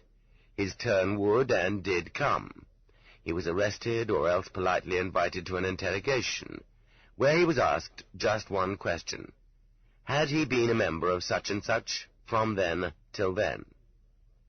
There were also questions about hostile activity, but the first question decided everything, as is clear to us now, decades later. From there on, his fate might vary. Some were put immediately in one of the famous Tsarist central prisons. Fortunately, all the Tsarist central prisons had been well preserved, and some socialists even ended up in the very same cells and with the very same jailers they had had before. Others were offered the opportunity of going into exile. Oh, not for long, just for 2 or 3 years. And some had it even easier. They were merely given a minus. A certain number of cities were forbidden, and told to pick out a new place of residence themselves, and for the future would they please be so kind as to stay fixed in that one place and await the pleasure of the GPU. This whole operation was stretched out over many years because it was of primary importance that it be stealthy and unnoticed. It was essential to clean out, conscientiously, socialists of every other stripe, from Moscow, Petrograd, the ports, the industrial centers, and later on the outlying provinces as well. This was a grandiose, silent game of solitaire, whose rules were totally incomprehensible to its contemporaries, and whose outlines we can appreciate only now. Someone's far-seeing mind, someone's neat hands, planned it all, without letting one wasted minute go by. They picked up a card which had spent 3 years in one pile, and softly placed it on another pile, and the person who had been imprisoned in a central prison was thereby shifted into exile, and a good way off. Someone who had served out a minus sentence was sent into exile too, but out of sight of the rest of the minus category, or else from exile to exile, and then back again into the central prison, but this time a different one. Patience, overwhelming patience, was the trait of the person playing out the solitaire. And without any noise, without any outcry, the members of all the other parties slipped gradually out of sight, lost all connection with the places and people where they and their revolutionary activities were known, and thus, imperceptibly and mercilessly, was prepared the annihilation of those who had once raged against tyranny at student meetings, and had clanked their Tsarist shackles in pride. V.G. Kololenko wrote to Gorky June the 29th, 1921, "History will someday note that the Bolshevik Revolution used the same means to deal with true revolutionaries and socialists as did the Tsarist regime. In other words, purely police measures." In this game of the big solitaire, the majority of the old political prisoners, survivors of hard labor, were destroyed, for it was primarily the SRs and the anarchists, not the Social Democrats, who had received the harshest sentences from the Tsarist courts. They in particular had made up the population of the Tsarist hard labor political prisons. There was justice in the priorities of destruction, however. In 1920, they were all offered the chance to renounce in writing their parties and party ideologies. Some declined, and they naturally came up first for annihilation. Others signed such renunciations, and thereby added a few years to their lifetimes. But their turn, too, came implacably, and their heads rolled implacably from their shoulders. Sometimes, reading a newspaper article, one is astonished to the point of disbelief. In his Vestia of May the 24th, 1959, one could read that a year after Hitler came to power, Maximilian Hauke was arrested for belonging to none other than the Communist Party. Was he destroyed? No, they sentenced him to 2 years. After this, was he naturally sentenced to a second term? No, he was released. You can interpret that as you please.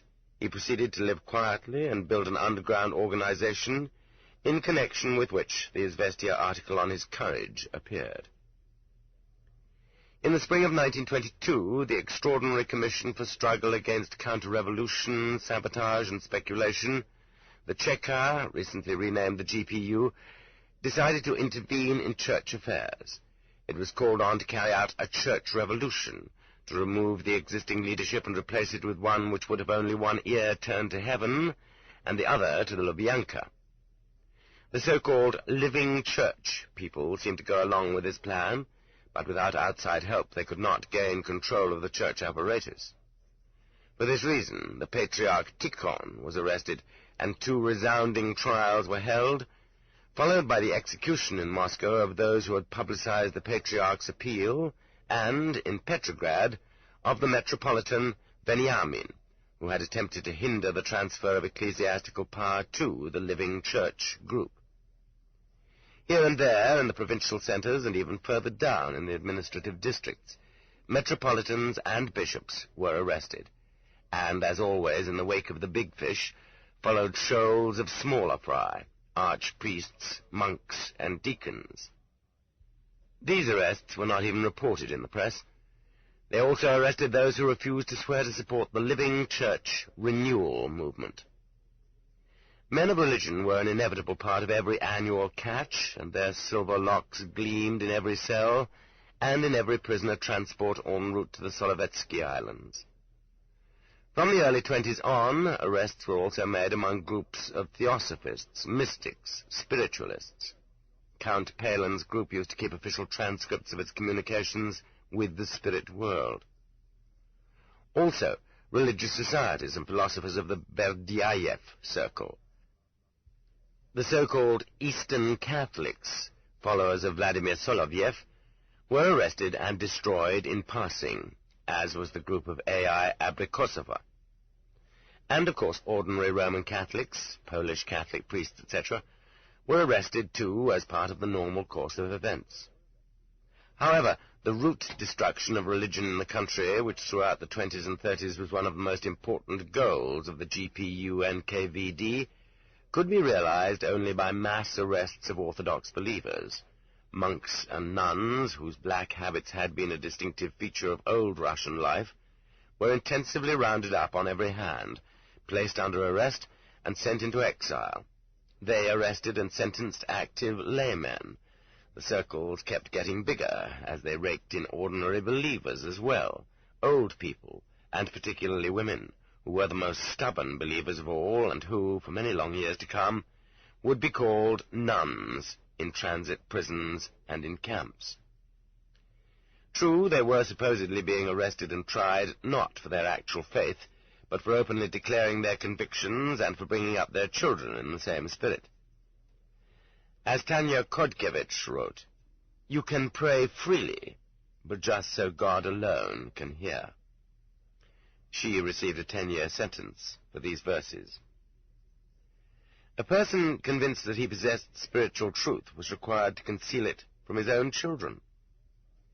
In the 20s, the religious education of children was classified as a political crime under Article 58.10 of the Code, in other words, counter-revolutionary propaganda. True, one was still permitted to renounce one's religion at one's trial. It didn't often happen, but it nonetheless did happen that the father would renounce his religion and remain at home to raise the children, while the mother went to the Solovetsky Islands. Throughout all those years, women manifested great firmness in their faith. All persons convicted of religious activity received tenors, the longest term then given. In those years, particularly in 1927, in purging the big cities for the pure society that was coming into being, they sent prostitutes to the Solovetsky Islands along with the nuns. Those lovers of a sinful earthly life were given 3-year sentences under a more lenient article of the Code. The conditions in prisoner transports, in transit prisons, and on the Solovetsky Islands were not of a sort to hinder them from plying their merry trade among the administrators and the convoy guards. And 3 years later they would return with laden suitcases to the places they had come from. Religious prisoners, however, were prohibited from ever returning to their children and their home areas. As early as the early 20s, waves appeared that were purely national in character, at first not very large in proportion to the population of their homelands, especially by Russian yardsticks. Musavatists from Azerbaijan, Dashnaks from Armenia, Georgian Mensheviks, and Turkmenian Basmachi, who were resisting the establishment of Soviet power in Central Asia. The first Central Asian Soviets were Russian in make-up by an overwhelming majority, and were therefore seen as outposts of Russian power. In 1926, the Zionist Society of Hehaluts was exiled in toto, since it had failed to respond to the all-powerful upsurge of internationalism. Among subsequent generations, the picture has evolved of the 20s as some kind of holiday of totally unlimited freedom. In this book we shall encounter people who viewed the 20s quite differently. The non-party students at this time sought autonomy for higher educational institutions, the right of assembly, and the removal from the curriculum of excessive political indoctrination. Arrests were the answer. These were intensified during holidays, for example on May the 1st, 1924. In 1925, about 100 Leningrad students were sentenced to 3 years in political detention for reading the Sotsialistический Vestnik, the organ of the Mensheviks abroad, and for studying Plekhanov. In his youth, Plekhanov himself had gotten off far more lightly for speaking out against the government in front of Kazan Cathedral. In 1925, they had already begun to arrest the first young Trotskyites. 2 naive Red Army men, remembering the Russian tradition, began to collect funds for the arrested Trotskyites, and they, too, were put in political detention. And, of course, it is obvious that the exploiting classes were not spared. Throughout the 20s, the hunt continued for former officers who had managed to survive. Whites, those who had not already earned execution during the Civil War. White Reds, who had fought on both sides.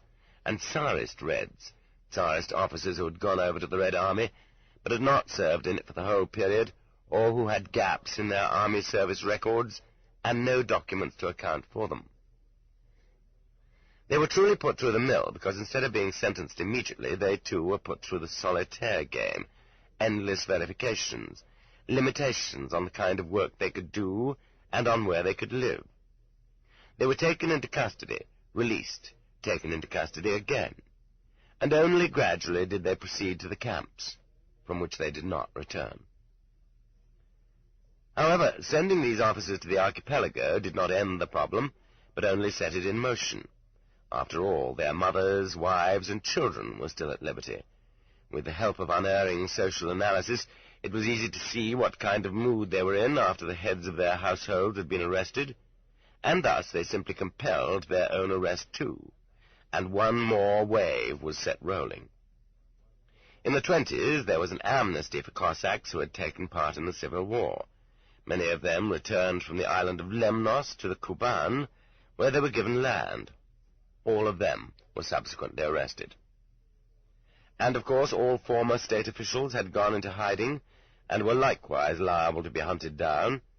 They had hidden well and disguised themselves cleverly, making use of the fact that there was as yet no internal passport system, nor any unified system of workbooks in the Republic.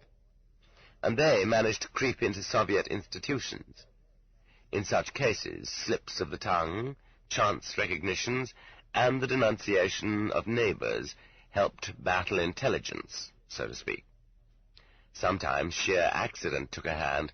Solely out of a love of order, a certain Mova kept at home a list of all former employees of the provincial judiciary.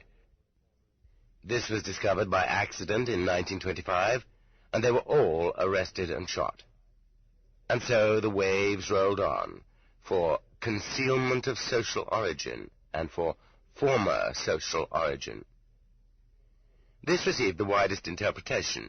They arrested members of the nobility for their social origin.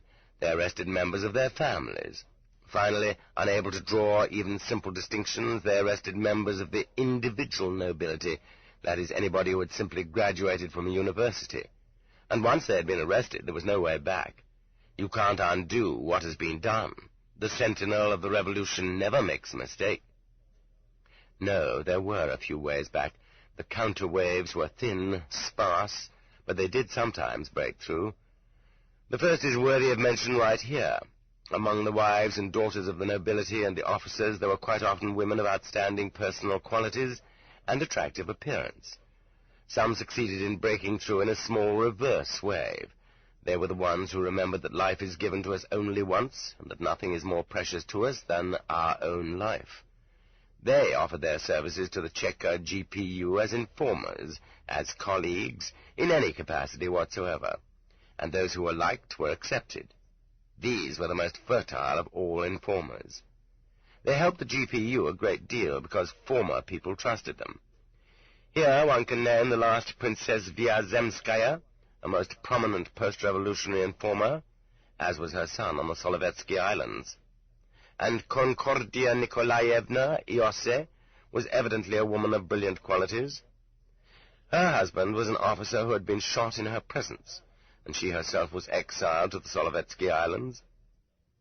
But she managed to beg her way out, and to set up a salon near the big Lubyanka, which the important figures of that establishment loved to frequent. She was not arrested again until 1937, along with her Yagoda customers. It is strange to recount, but as a result of an absurd tradition, the political Red Cross had been preserved from old Russia. There were 3 branches, the Moscow branch, Y. Peshkova Vinava, the Kharkov, Sandomyskaya, and the Petrograd. The one in Moscow behaved itself and was not dissolved until 1937. The one in Petrograd, the old Narodnik Shevtsov, the crippled Gartman and Kocharovsky, adopted an intolerably impudent stance, mixed into political cases, tried to get support from such former inmates of the Schlüsselburg prison as Novorussky, who had been convicted in the same case as Lenin's brother, Alexander Ulyanov, and helped not only socialists, but also KRs, counter-revolutionaries.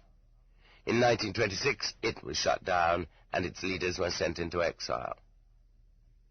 The years go by, and everything that has not been freshly recalled to us is wiped from our memory. In the dim distance, we see the year 1927 as a careless, well-fed year of the still untruncated NEP. But in fact it was tense. It shuddered as newspaper headlines exploded, and it was considered at the time, and portrayed to us then, as the threshold of a war for world revolution. The assassination of the Soviet ambassador in Warsaw, which filled whole columns of the papers that June, aroused Mayakovsky to dedicate 4 thunderous verses to the subject. But here's bad luck for you. Poland offered an apology. Voikov's lone assassin was arrested there, and so how and against whom was the poet's appeal to be directed? Evidently the monarchist in question assassinated Voykov as an act of private vengeance.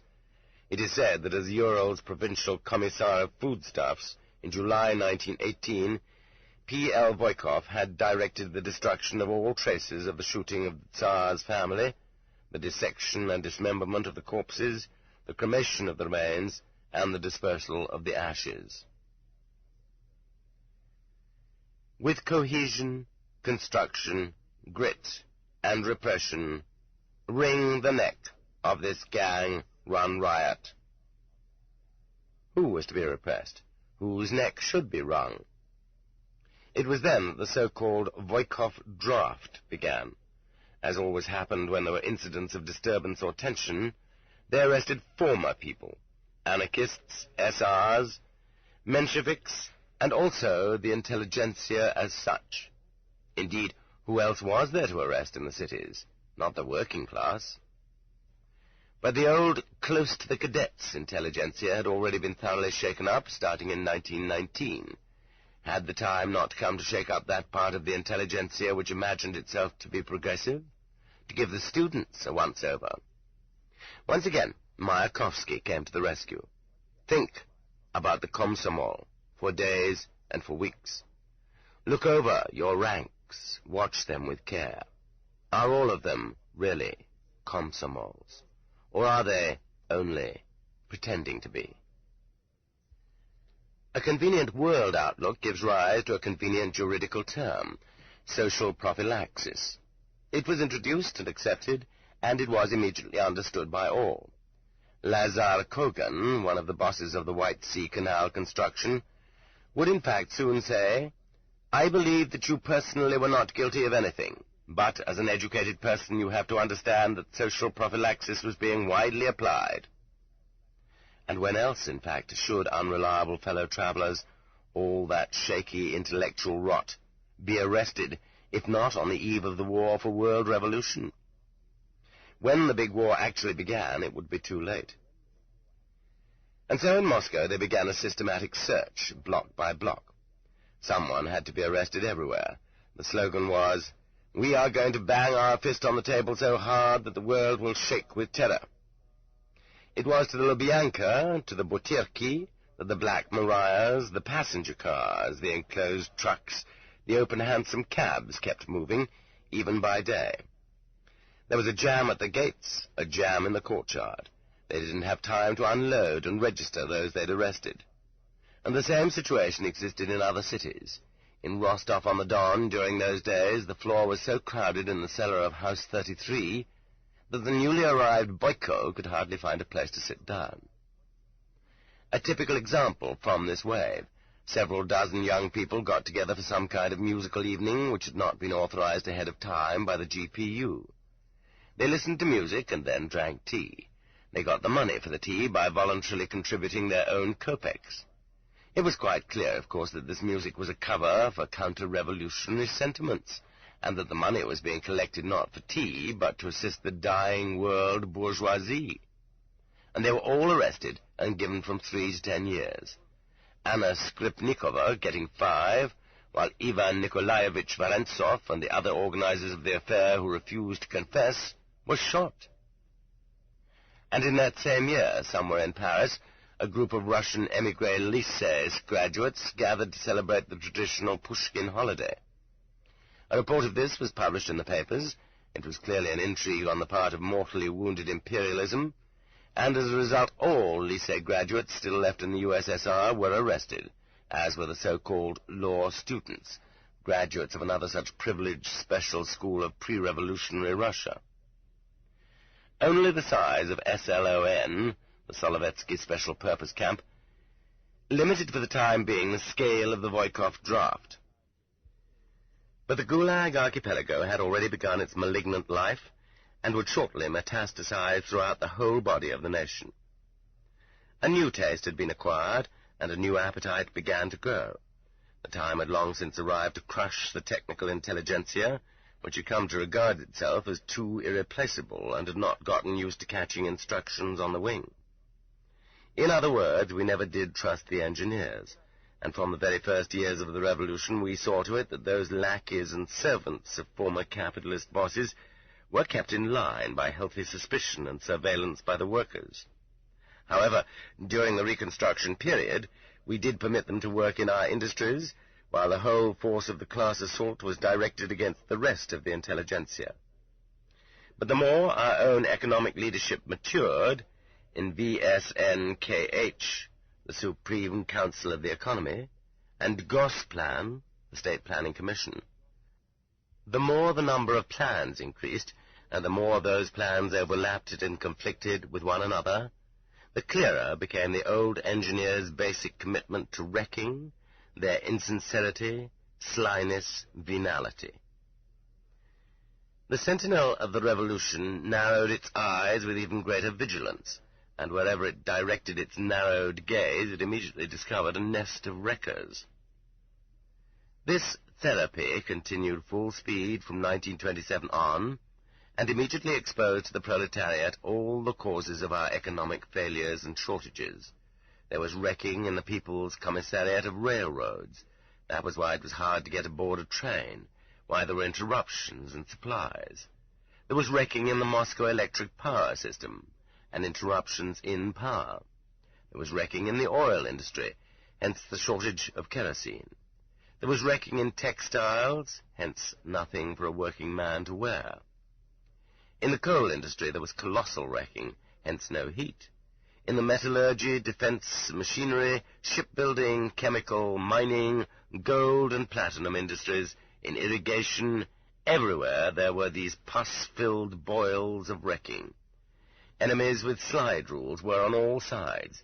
The GPU puffed and panted in its efforts to grab off and drag off the wreckers. In the capitals and in the provinces, GPU collegiums and proletarian courts kept hard at work, sifting through this viscous sewage, and every day the workers gasped to learn, and sometimes they didn't learn, from the papers of new vile deeds. They learned about Palchinsky, von Meck, and Velichko, and how many others who were nameless. A.F. Velichko, a military engineer, former professor of the Military Academy of the General Staff, and a lieutenant general, had been in charge of the administration for military transport in the Tsarist War Ministry. He was shot. Oh, how useful he would have been in 1941. Every industry, every factory, and every handicraft artel had to find wreckers in its ranks, and no sooner had they begun to look than they found them, with the help of the GPU. If any pre-revolutionary engineer was not yet exposed as a traitor, then he could certainly be suspected of being one. And what accomplished villains these old engineers were, what diabolical ways to sabotage they found. Nikolai Karlovich von Meck, of the People's Commissariat of Railroads, pretended to be terribly devoted to the development of the new economy, and would hold forth for hours on end about the economic problems involved in the construction of socialism, and he loved to give advice. One such pernicious piece of advice was to increase the size of freight trains and not worry about heavier-than-average loads. The GPU exposed von Meck, and he was shot. His objective had been to wear out rails and roadbeds, freight cars and locomotives, so as to leave the Republic without railroads in case of foreign military intervention. When, not long afterward, the new People's Commissar of Railroads, Comrade Kaganovich, ordered that average loads should be increased and even doubled and tripled them, and for this discovery received the order of Lenin, along with others of our leaders, the malicious engineers who protested became known as limiters. They raised the outcry that this was too much and would result in the breakdown of the rolling stock, and they were rightly shot for their lack of faith in the possibilities of socialist transport. These limiters were pursued for several years. In all branches of the economy they brandished their formulas and calculations and refused to understand that bridges and lathes could respond to the enthusiasm of the personnel. These were the years when all the norms of folk psychology were turned inside out. The circumspect folk wisdom expressed in such a proverb as "haste makes waste" was ridiculed, and the ancient saying that the slower you go, the farther you'll get was turned inside out. The only thing which at times delayed the arrest of the old engineers was the absence of a new batch to take their place. Nikolai Ivanovich Ladizhensky, chief engineer of defense plants in Izhevsk, was first arrested for limitation theories and blind faith in safety factors, which explained why he considered inadequate the funds allocated by Ordzhonikidze for factory expansion. They say that when Ordzhonikidze used to talk with the old engineers, he would put one pistol on his desk beside his right hand and another beside his left. Then they put him under house arrest and ordered him back to work in his old job. Without him, the work was collapsing. He put it back in shape. But the funds allocated were just as inadequate as they had been earlier, and so, once again, he was thrown in prison, this time for incorrect use of funds. The funds were insufficient, they charged, because the chief engineer had used them inefficiently.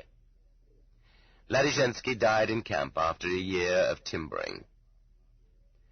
Thus, in the course of a few years, they broke the back of the old Russian engineers who had constituted the glory of the country, who were the beloved heroes of such writers as Garin Mikhailovsky, Chekhov, and Zamyatin. It is to be understood, of course, that in this wave, as in all of them, other people were taken too, for example, those who had been near and dear to and connected with those doomed. I hesitate to sully the shining bronze countenance of the sentinel of the revolution, yet I must. They also arrested persons who refused to become informers. We would ask the reader to keep in mind at all times, but especially in connection with the first post-revolutionary decade, this entirely secret wave, which never surfaced in public. At that time, people still had their pride, and many of them quite failed to comprehend that morality is a relative thing, having only a narrow class meaning, and they dared to reject the employment offered them, and they were all punished without mercy. In fact, at this time, young Magdalena Edzhubova was supposed to act as an informer on a group of engineers, and she not only dared to refuse, but also told her guardian it was against him she was supposed to inform. However, he was arrested soon anyway, and in the course of the investigation he confessed everything. Edzhubova, who was pregnant, was arrested for revealing an operational secret, and was sentenced to be shot, but subsequently managed to get off with a 25-year string of sentences. In that same year, 1927, though in a completely different milieu, among the leading Kharkov communists, Nadezhda Vitalyevna Sorovets refused to become an informer and spy on members of the Ukrainian government. For this, she was arrested by the GPU, and not until a quarter of a century later did she manage to emerge, barely alive, in the Kolyma. As for those who didn't survive, of them we know nothing. In the 30s, this wave of the disobedient fell off to zero. If they asked you to, then it meant you had to inform. Where would you hide? The weakest go to the wall. If I don't, someone else will. Better me than someone bad. Meanwhile, there were plenty of volunteers. You couldn't get away from them. It was both profitable and praiseworthy. In 1928 in Moscow, the big Shakhty case came to trial. Big in terms of the publicity it was given, in the startling confessions and self-flagellation of the defendants, though not yet all of them. 2 years later, in September 1930, the famine organizers were tried with a great hue and cry. They were the ones. There they are. There were 48 wreckers in the food industry. At the end of 1930, the trial of the Prompati was put on with even greater fanfare. It had been faultlessly rehearsed. In this case, every single defendant took upon himself the blame for every kind of filthy rubbish. And then, like a monument unveiled, there arose before the eyes of the workers the grandiose, cunningly contrived skein in which all the separate wrecking cases previously exposed were tied into one diabolical knot, along with Milyukov, Ryabushinsky, Deterding, and Poincaré. This book is continued at this point on the other side of this cassette. The Gulag Archipelago, Volume 1, Section 1, continued. Cassette 2, Side 2.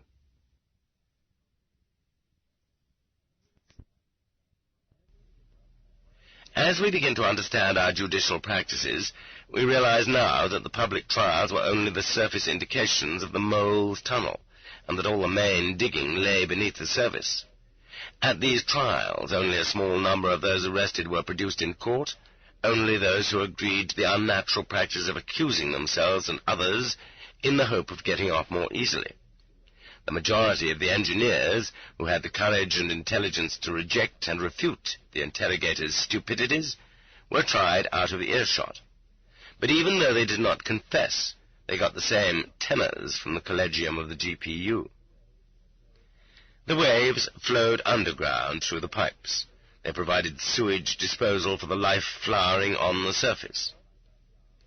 It was precisely at this moment that an important step was taken toward universal participation in sewage disposal, universal distribution of responsibility for it.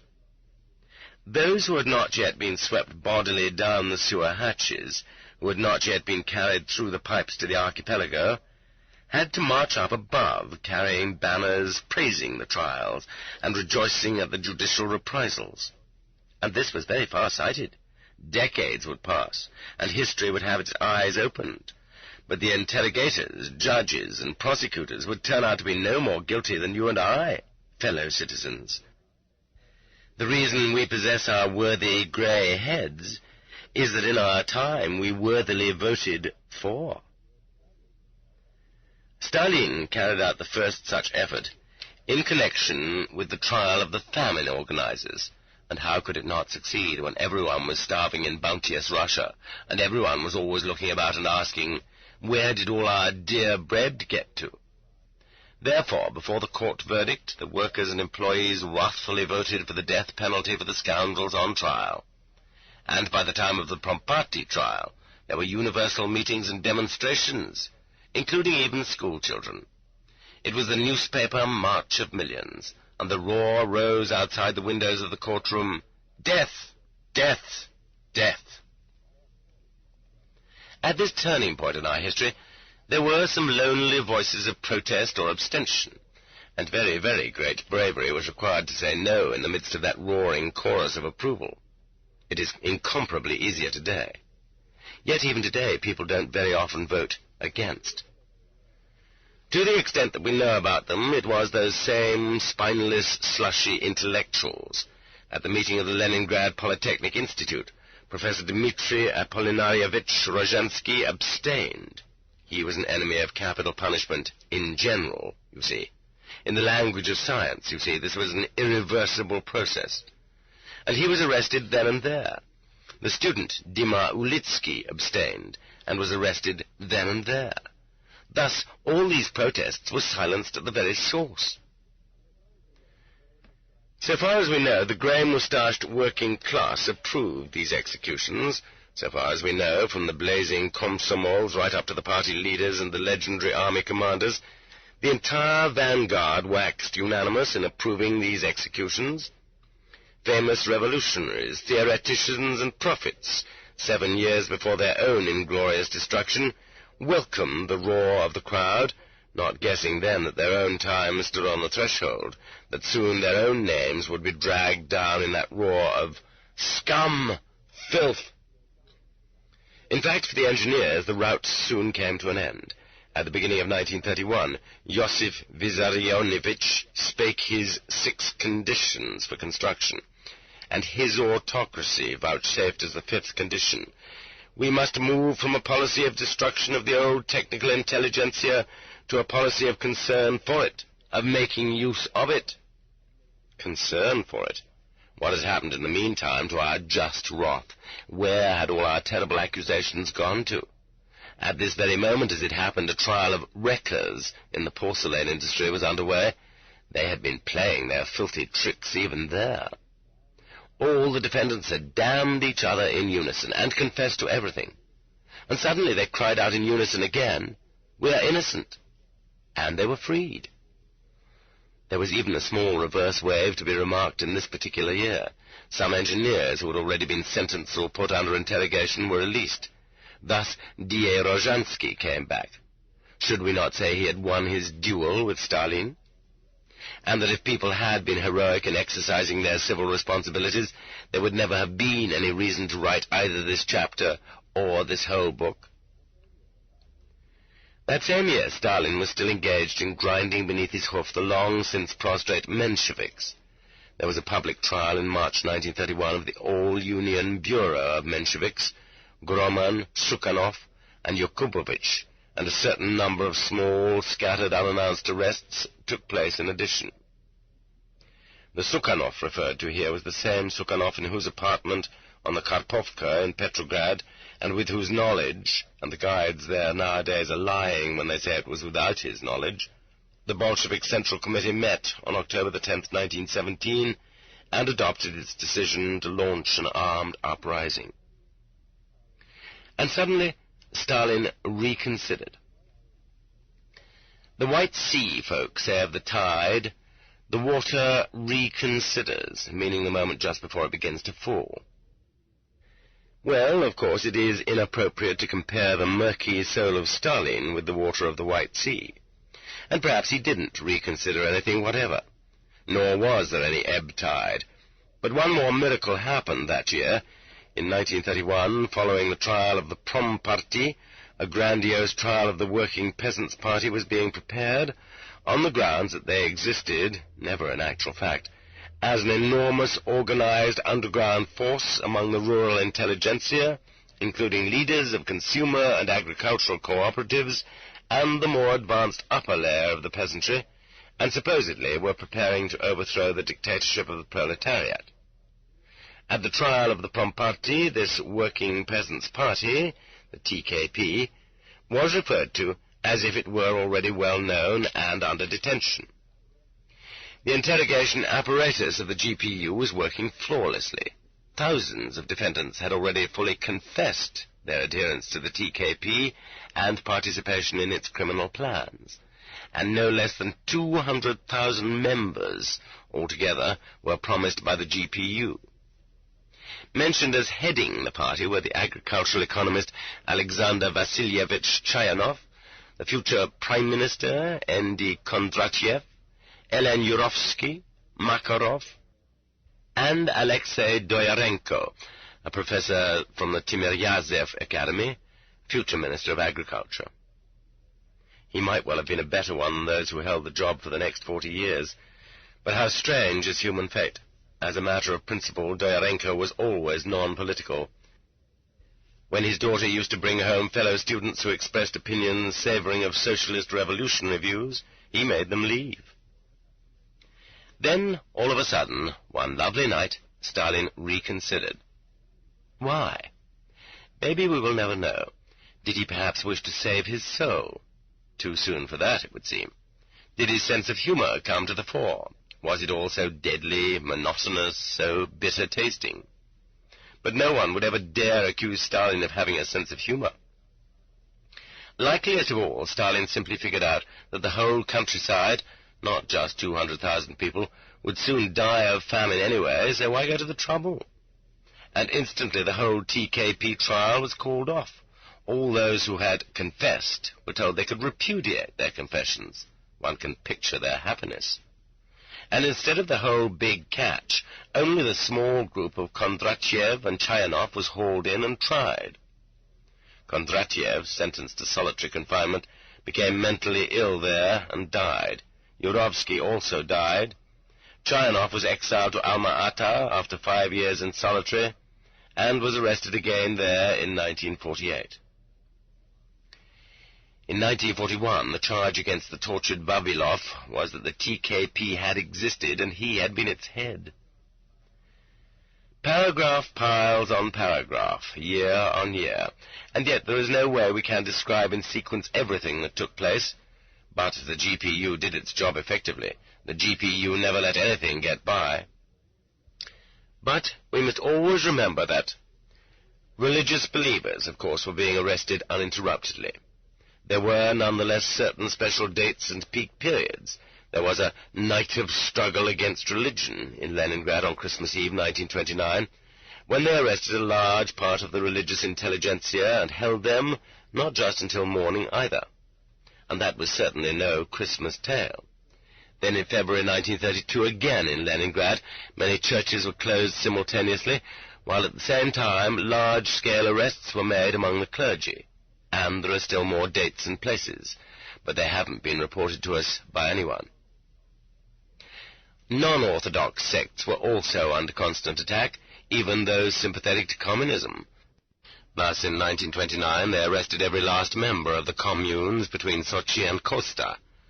These communes ran everything, both production and distribution, on a communist basis, and it was all done fairly and honestly, in a way the rest of the country won't achieve in 100 years. But, alas, they were too literate. They were well read in religious literature, and atheism was not their philosophy, which combined Baptist and Tolstoyan beliefs with those of yoga. It appeared that such a commune was criminal, and that it could not bring people happiness.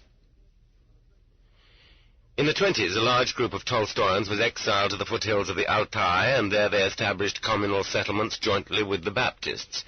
When the construction of the Kuznetsk industrial complex began, they supplied it with food products. Then arrests began.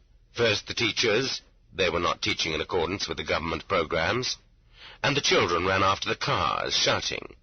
And after that the commune leaders were taken. The big solitaire game played with the socialists went on and on, uninterruptedly, of course. In 1929 also, those historians who had not been sent abroad in time were arrested. Platonov, Thaler, Lyubavsky, Gorky, Lekachev, Ismailov, and the outstanding literary scholar M.M. Bakhtin. From one end of the country to the other, nationalities kept pouring in. The Yakuts were imprisoned after the revolt of 1928. The Buryat Mongols were imprisoned after the uprising of 1929, and they say about 35,000 were shot, a figure it has been impossible to verify. The Kazakhs were imprisoned after Boudeni's cavalry heroically crushed their revolt in 1930 and 1931. The Union for Liberation of the Ukraine was put on trial at the beginning of 1930. Professor Yefremov, Tchaikovsky, Nikovsky, etc. And knowing the ratio in our country of what is public to what is secret, how many others followed in their footsteps? How many were secretly arrested? Then came the time, slowly it is true, but surely, when it was the turn of the members of the ruling party to do time in prison. At first, from 1927 to 1929, it was a question of the workers' opposition, in other words, the Trotskyites, who had chosen themselves such an unsuccessful leader. They numbered hundreds at the start. Soon there would be thousands. But it's the first step that's the hardest. Just as these Trotskyites had observed with approval the arrest of members of other parties, so the rest of the party now watched approvingly as the Trotskyites were arrested. But everyone would have his turn. The non-existent rightist opposition would come later, and limb by limb, beginning with its own tail, the ravenous maw would devour itself, right up to its head. From 1928 on, it was time to call to a reckoning those late stragglers after the bourgeoisie, the NEP men. The usual practice was to impose on them ever-increasing and finally totally intolerable taxes. At a certain point, they could no longer pay. They were immediately arrested for bankruptcy, and their property was confiscated. Small tradesmen, such as barbers, tailors, even those who repaired Primus stoves, were only deprived of their licenses to ply their trade. There was an economic purpose to the development of the NEP men wave. The state needed property and gold, and there was as yet no Kolyma. The famous gold fever began at the end of 1929, only the fever gripped not those looking for gold, but those from whom it was being shaken loose. The particular feature of this new gold wave was that the GPU was not actually accusing these rabbits of anything, and was perfectly willing not to send them off to Gulag country, but wished only to take away their gold by main force. So the prisons were packed, the interrogators were worn to a frazzle, but the transit prisons, prisoner transports, and camps received only relatively minor reinforcements. Who was arrested in the gold wave? All those who, at one time or another, 15 years before, had had a private business, had been involved in retail trade, had earned wages at a craft, and could have, according to the GPU's deductions, hoarded gold. But it so happened that they often had no gold. They had put their money into real estate or securities, which had melted away or been taken away in the revolution, and nothing remained. They had high hopes, of course, in arresting dental technicians, jewelers, and watch repairmen. Through denunciations, one could learn about gold in the most unexpected places. A veteran lathe worker had somewhere gotten hold of and held on to 60 gold 5-ruble pieces from Tsarist times. The famous Siberian partisan, Muravyev, had come to Odessa, bringing with him a small bag full of gold. The Petersburg Tatar draymen all had gold hidden away. Whether or not these things were so could be discovered only inside prison walls. Nothing, neither proletarian origin nor revolutionary services, served as a defense against a gold denunciation. All were arrested, all were crammed into GPU cells in numbers no one had considered possible up to then, but that was all to the good. They would cough it up all the sooner. It even reached a point of such confusion that men and women were imprisoned in the same cells and used the latrine bucket in each other's presence. Who cared about those niceties? Give up your gold, vipers. The interrogators did not write up charge sheets because no one needed their papers, and whether or not a sentence would be pasted on was of very little interest. Only one thing was important. Give up your gold, viper. The state needs gold, and you don't. The interrogators had neither voice nor strength left to threaten and torture. They had one universal method: feed the prisoners nothing but salty food and give them no water. Whoever coughed up gold got water.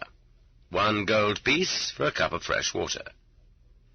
People perish for cold metal. This wave was distinguished from those that preceded and followed it because, even though fewer than half its victims held their fate in their own hands, some did. If you in fact had no gold, then your situation was hopeless. You would be beaten, burned, tortured, and steamed to the point of death, or until they finally came to believe you. But if you had gold, you could determine the extent of your torture, the limits of your endurance, and your own fate. Psychologically, this situation was, incidentally, not easier but more difficult.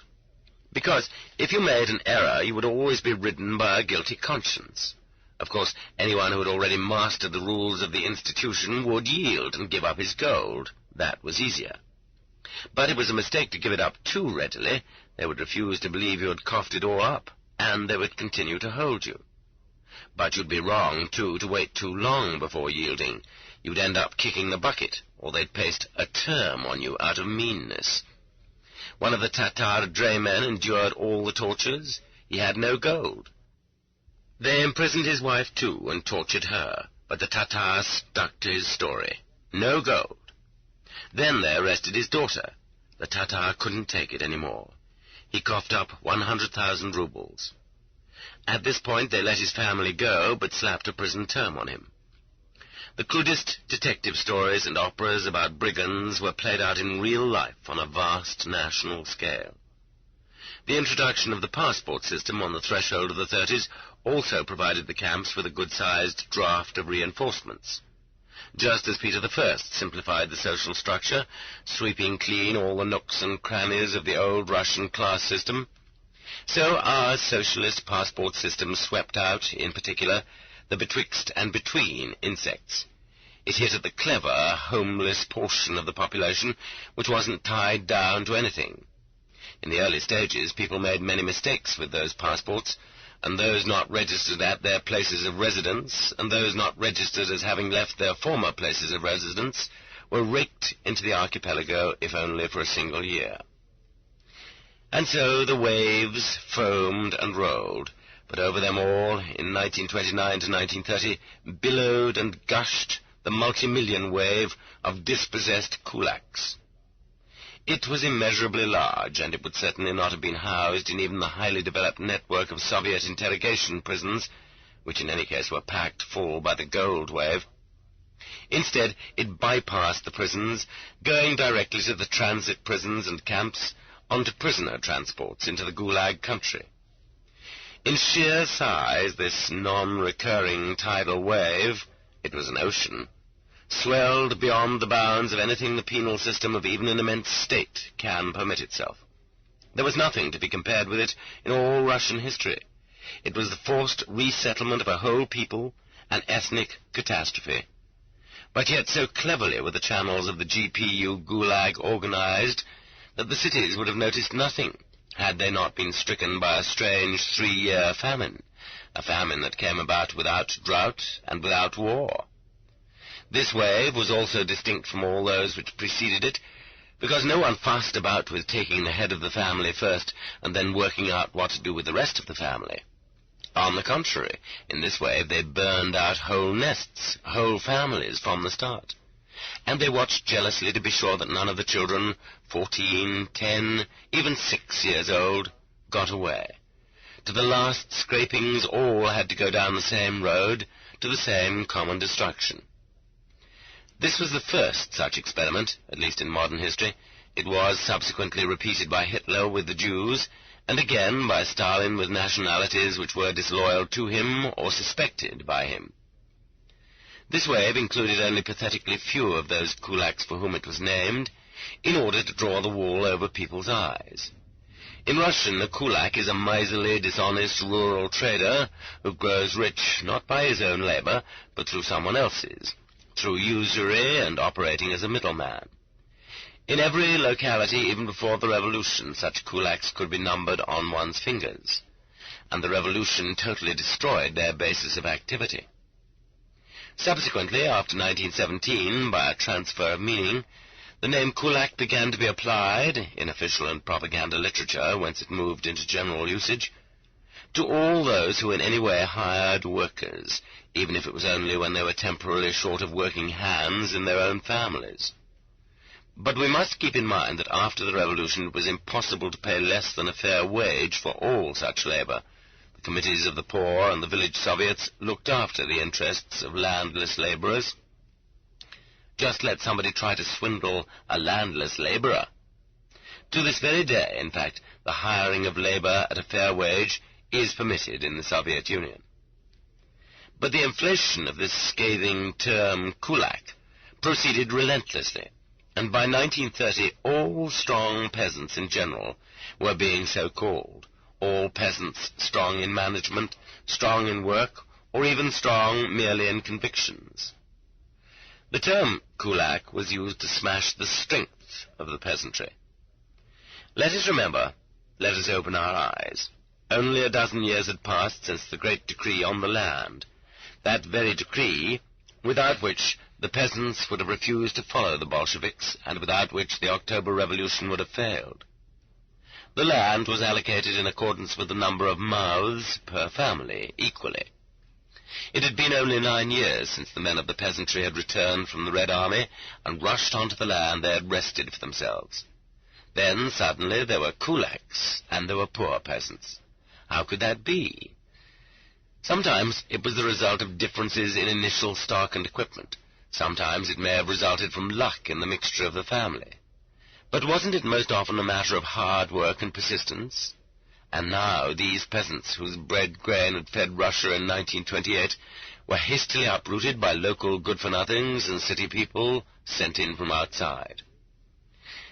Like raging beasts, abandoning every concept of humanity, abandoning all humane principles which had evolved through the millennia, they began to round up the very best farmers and their families and to drive them, stripped of their possessions, naked into the northern wastes, into the tundra and the taiga. Such a mass movement could not help but develop subsequent ramifications. It became necessary to rid the villages also of those peasants who had merely manifested an aversion to joining the collective farms, or an absence of inclination for the collective life which they had never seen with their own eyes, about which they knew nothing, and which they suspected, we know now how well-founded their suspicions were, would mean a life of forced labor and famine under the leadership of loafers.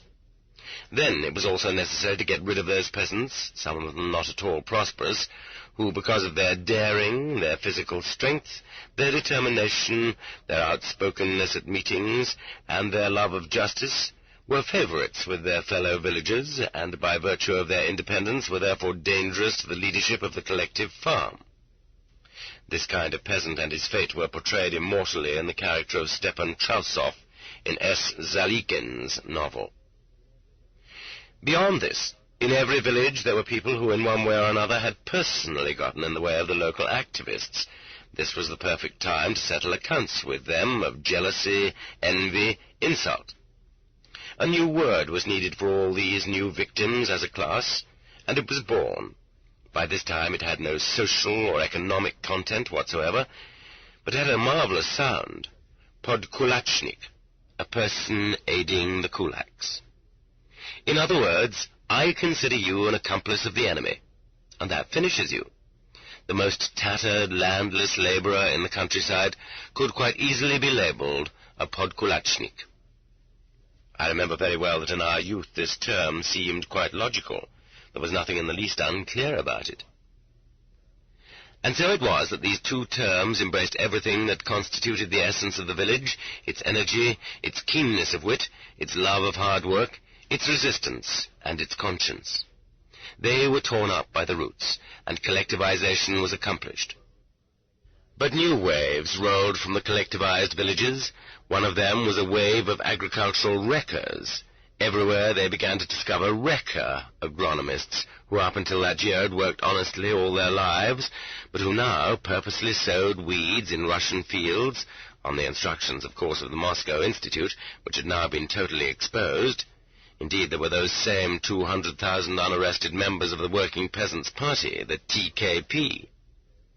Certain agronomists failed to put into effect the profound instructions of Lysenko, and in one such wave in 1931, Lork, the so-called king of the potato, was sent to Kazakhstan.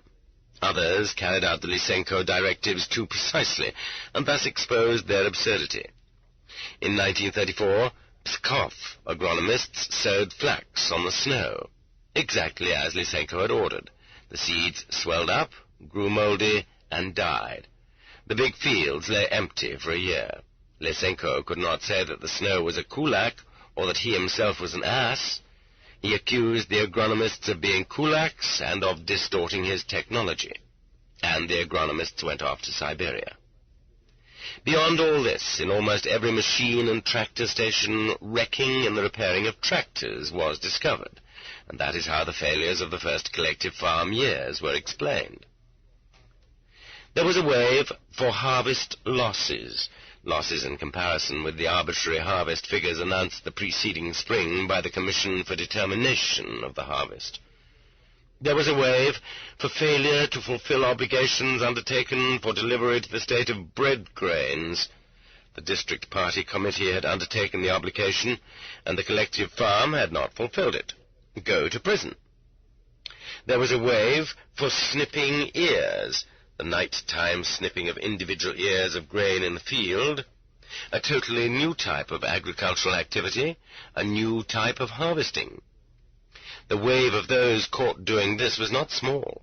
It included many tens of thousands of peasants, many of them not even adults, but boys, girls, and small children whose elders had sent them out at night to snip, because they had no hope of receiving anything from the collective farm for their daytime labor. For this bitter and not very productive occupation, an extreme of poverty to which the peasants had not been driven even in serfdom, the courts handed out a full measure, 10 years, for what ranked as an especially dangerous theft of socialist property under the notorious law of August the 7th, 1932, which in prisoners' lingo was known simply as the Law of 7/8. This Law of 7/8 produced another big separate wave from the construction projects of the first and second 5-year plans, from transport, trade, and industry.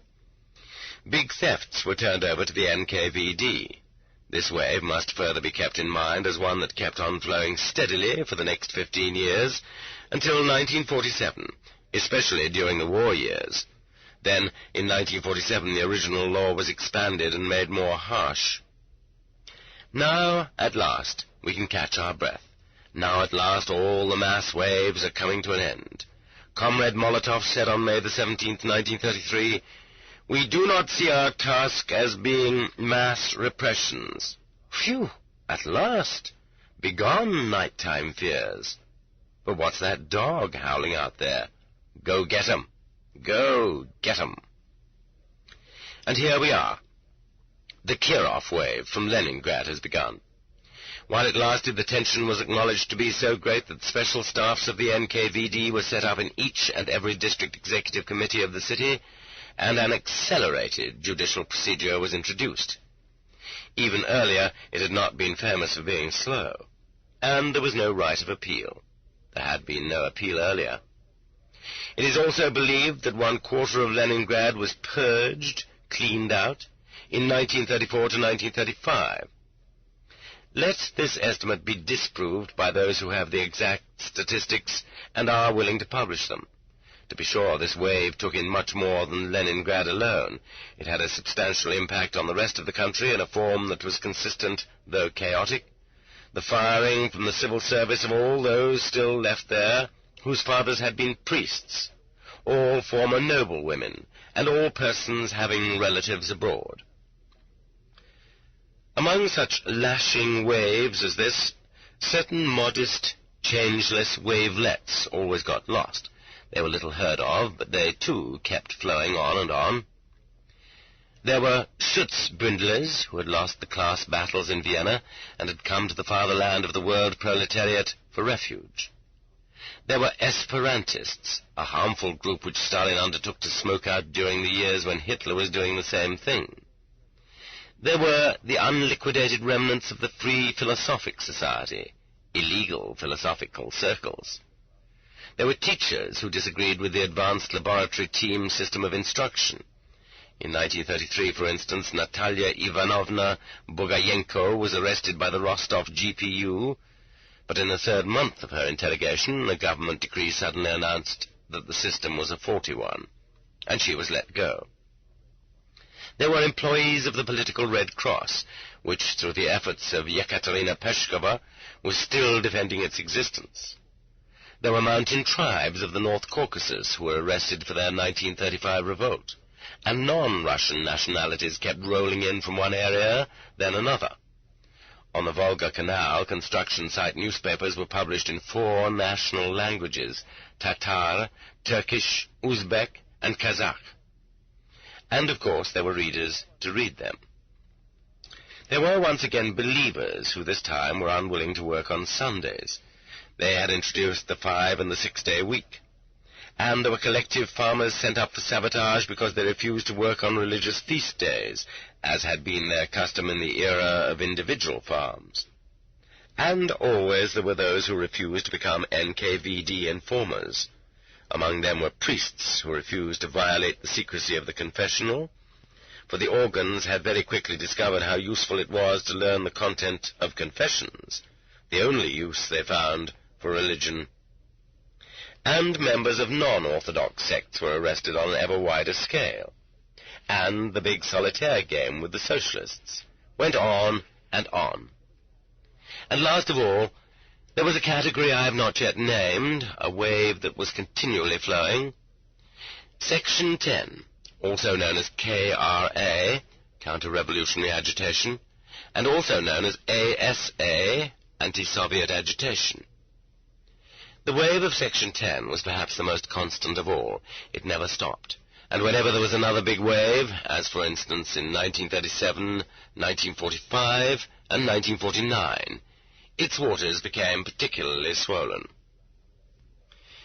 This particular unremitting wave grabbed up anyone at all at any moment, but when it came to outstanding intellectuals in the 30s, they sometimes considered it cleverer to fabricate a case based on some conspicuously shameful violation, like pederasty, or, in the case of Professor Pletnev, the allegation that, left alone with a woman patient, he bit her breast. A national newspaper reports such an incident, and just try to deny it. Paradoxically enough, every act of the all-penetrating, eternally wakeful organs, over a span of many years, was based solely on one article of the 140 articles of the non-general division of the Criminal Code of 1926. One can find more epithets in praise of this article than Turgenev once assembled to praise the Russian language, or Nekrasov to praise Mother Russia. Great, powerful, abundant, highly ramified, multiform, wide-sweeping 58, which summed up the world not so much through the exact terms of its sections as in their extended dialectical interpretation. Who among us has not experienced its all-encompassing embrace? In all truth, there is no step, thought, action, or lack of action under the heavens which could not be punished by the heavy hand of Article 58. The article itself could not be worded in such broad terms, but it proved possible to interpret it this broadly. Article 58 was not in that division of the Code dealing with political crimes, and nowhere was it categorized as political. No, it was included, with crimes against public order and organized gangsterism, in a division of crimes against the state. Thus the Criminal Code starts off by refusing to recognize anyone under its jurisdiction as a political offender. All are simply criminals. Article 58 consisted of 14 sections. In Section 1 we learn that any action, and according to Article 6 of the Criminal Code, any absence of action, directed toward the weakening of state power, was considered to be counter-revolutionary. Broadly interpreted, this turned out to include the refusal of a prisoner in camp to work when in a state of starvation and exhaustion. This was a weakening of state power, and it was punished by execution. The execution of malingerers during the war. From 1934 on, when we were given back the term motherland, subsections were inserted on treason to the motherland, 1A, 1B, 1C, 1D. According to these subsections, all actions directed against the military might of the USSR were punishable by execution, 1B, or by 10 years imprisonment, 1A. But the lighter penalty was imposed only when mitigating circumstances were present, and upon civilians only. Broadly interpreted, when our soldiers were sentenced to only 10 years for allowing themselves to be taken prisoner, action injurious to Soviet military might, this was humanitarian to the point of being illegal. According to the Stalinist code, they should all have been shot on their return home. Here is another example of broad interpretation. I remember well an encounter in the Butyrki in the summer of 1946. A certain Pole had been born in Lemberg when that city was part of the Austro-Hungarian Empire. Until World War II, he lived in his native city, by then located in Poland. Then he went to Austria, where he entered the service, and in 1945 he was arrested there by the Russians. Since by this time Austrian Lemberg had become Ukrainian Lvov, he received a tenor under Article 54(1)A of the Ukrainian Criminal Code, that is, for treason to his motherland, the Ukraine. And at his interrogation, the poor fellow couldn't prove that treason to the Ukraine had not been his purpose when he went to Vienna. And that's how he conned his way into becoming a traitor. One important additional broadening of the section on treason was its application via Article 19 of the Criminal Code, via intent. In other words, no treason had taken place, but the interrogator envisioned an intention to betray, and that was enough to justify a full term, the same as for actual treason. True, Article 19 proposes that there be no penalty for intent, but only for preparation. But given the dialectical reading, one can understand intention as preparation. And preparation is punished in the same way, that is, with the same penalty as the crime itself, Criminal Code. In general, we draw no distinction between intention and the crime itself, and this is an instance of the superiority of Soviet legislation to bourgeois legislation. A.Y. Vyshinsky, editor, From Prisons to Rehabilitative Institutions, a collection of articles published by the Criminal Policy Institute Moscow, Sovetskoye Zakonodatelstvo, Publishing House, 1934. Section 2 listed armed rebellion, seizure of power in the capital or in the provinces, especially for the purpose of severing any part of the USSR through the use of force. For this, the penalties ranged up to and included execution, as in every succeeding section.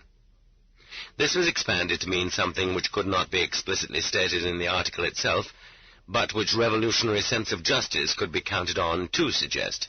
It applied to every attempt of any national republic to act upon its right to leave the USSR. After all, the word force is not defined in terms of whom it applies to. Even when the entire population of a republic wants to secede, if Moscow is opposed, the attempted secession will be forcible. Thus, all Estonian, Latvian, Lithuanian, Ukrainian, and Turkestan nationalists very easily received their 10s and their 25s under this section. Section 3 was assisting in any way or by any means a foreign state at war with the USSR.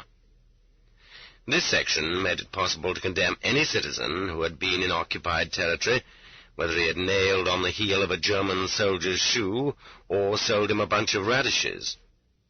And it could be applied to any citizeness who had helped lift the fighting spirit of an enemy soldier by dancing and spending the night with him. Not everyone was actually sentenced under this section because of the huge numbers who had been in occupied territory. But everyone who had been in occupied territory could have been sentenced under it. Section 4 spoke about fantastic aid to the international bourgeoisie. To whom, one wonders, could this possibly refer? And yet, broadly interpreted, and with the help of a revolutionary conscience, it was easy to find categories. All émigrés who had left the country before 1920, that is, several years before the code was ever written, and whom our armies came upon in Europe a quarter century later, in 1944 and 1945, received 10 years or execution. What could they have been doing abroad other than aiding the international bourgeoisie? In the example of the Young People's Musical Society already cited, we have seen that the international bourgeoisie could also be aided from inside the USSR. They were, in addition, aided by all SRs, or Mensheviks, the section was drafted with them in mind, and subsequently by the engineers of the State Planning Commission and the Supreme Council of the Economy. Section 5 was inciting a foreign state to declare war against the USSR. A chance was missed to apply this section against Stalin and his diplomatic and military circle in 1940 to 1941. Their blindness and insanity led to just that. Who, if not they, drove Russia into shameful, unheard-of defeats, incomparably worse than the defeats of Tsarist Russia in 1904 or 1915. Defeats such as Russia had never known since the 13th century. This book is continued on Cassette 3, Side 1. The Gulag Archipelago, Volume 1, Section 1, continued. Cassette 3, Side 1. A chance was missed to apply this section against Stalin and his diplomatic and military circle in 1940 to 1941. Their blindness and insanity led to just that. Who, if not they, drove Russia into shameful, unheard-of defeats, incomparably worse than the defeats of Tsarist Russia in 1904 or 1915. Defeats such as Russia had never known since the 13th century. Section 6 was espionage. This section was interpreted so broadly that if one were to count up all those sentenced under it, one might conclude that during Stalin's time our people supported life not by agriculture or industry, but only by espionage on behalf of foreigners, and by living on subsidies from foreign intelligence services. Espionage was very convenient in its simplicity, comprehensible both to an undeveloped criminal and to a learned jurist, to a journalist and to public opinion. And very likely spy mania was not merely the narrow-minded predilection of Stalin alone. It was very useful for everyone who possessed any privileges. It became the natural justification for increasingly widespread secrecy, the withholding of information, closed doors and security passes, fenced-off dashas and secret, restricted special shops. People had no way of penetrating the armor plate of spy mania, and learning how the bureaucracy made its cozy arrangements, loafed, blundered, ate, and took its amusements. The breadth of interpretation of Section 6 lay further in the fact that people were sentenced not only for actual espionage, but also for PSH, suspicion of espionage, or NSH, unproven espionage, for which they gave the whole works. And even SVP-SH, contacts leading to suspicion of espionage. In other words, let us say that an acquaintance of your wife had a dress made by the same seamstress, who was, of course, an NKVD agent, used by the wife of a foreign diplomat. These 58-6 PSHs and SVPSHs were sticky sections.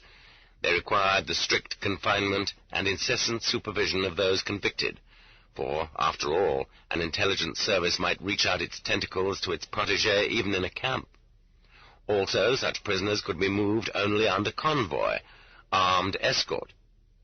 In general, all the lettered articles, which were in fact not articles of the code at all, but frightening combinations of capital letters, and we shall encounter more of them in this chapter, always contained a touch of the enigmatic, always remained incomprehensible, and it wasn't at all clear whether they were offshoots of Article 58 or independent and extremely dangerous.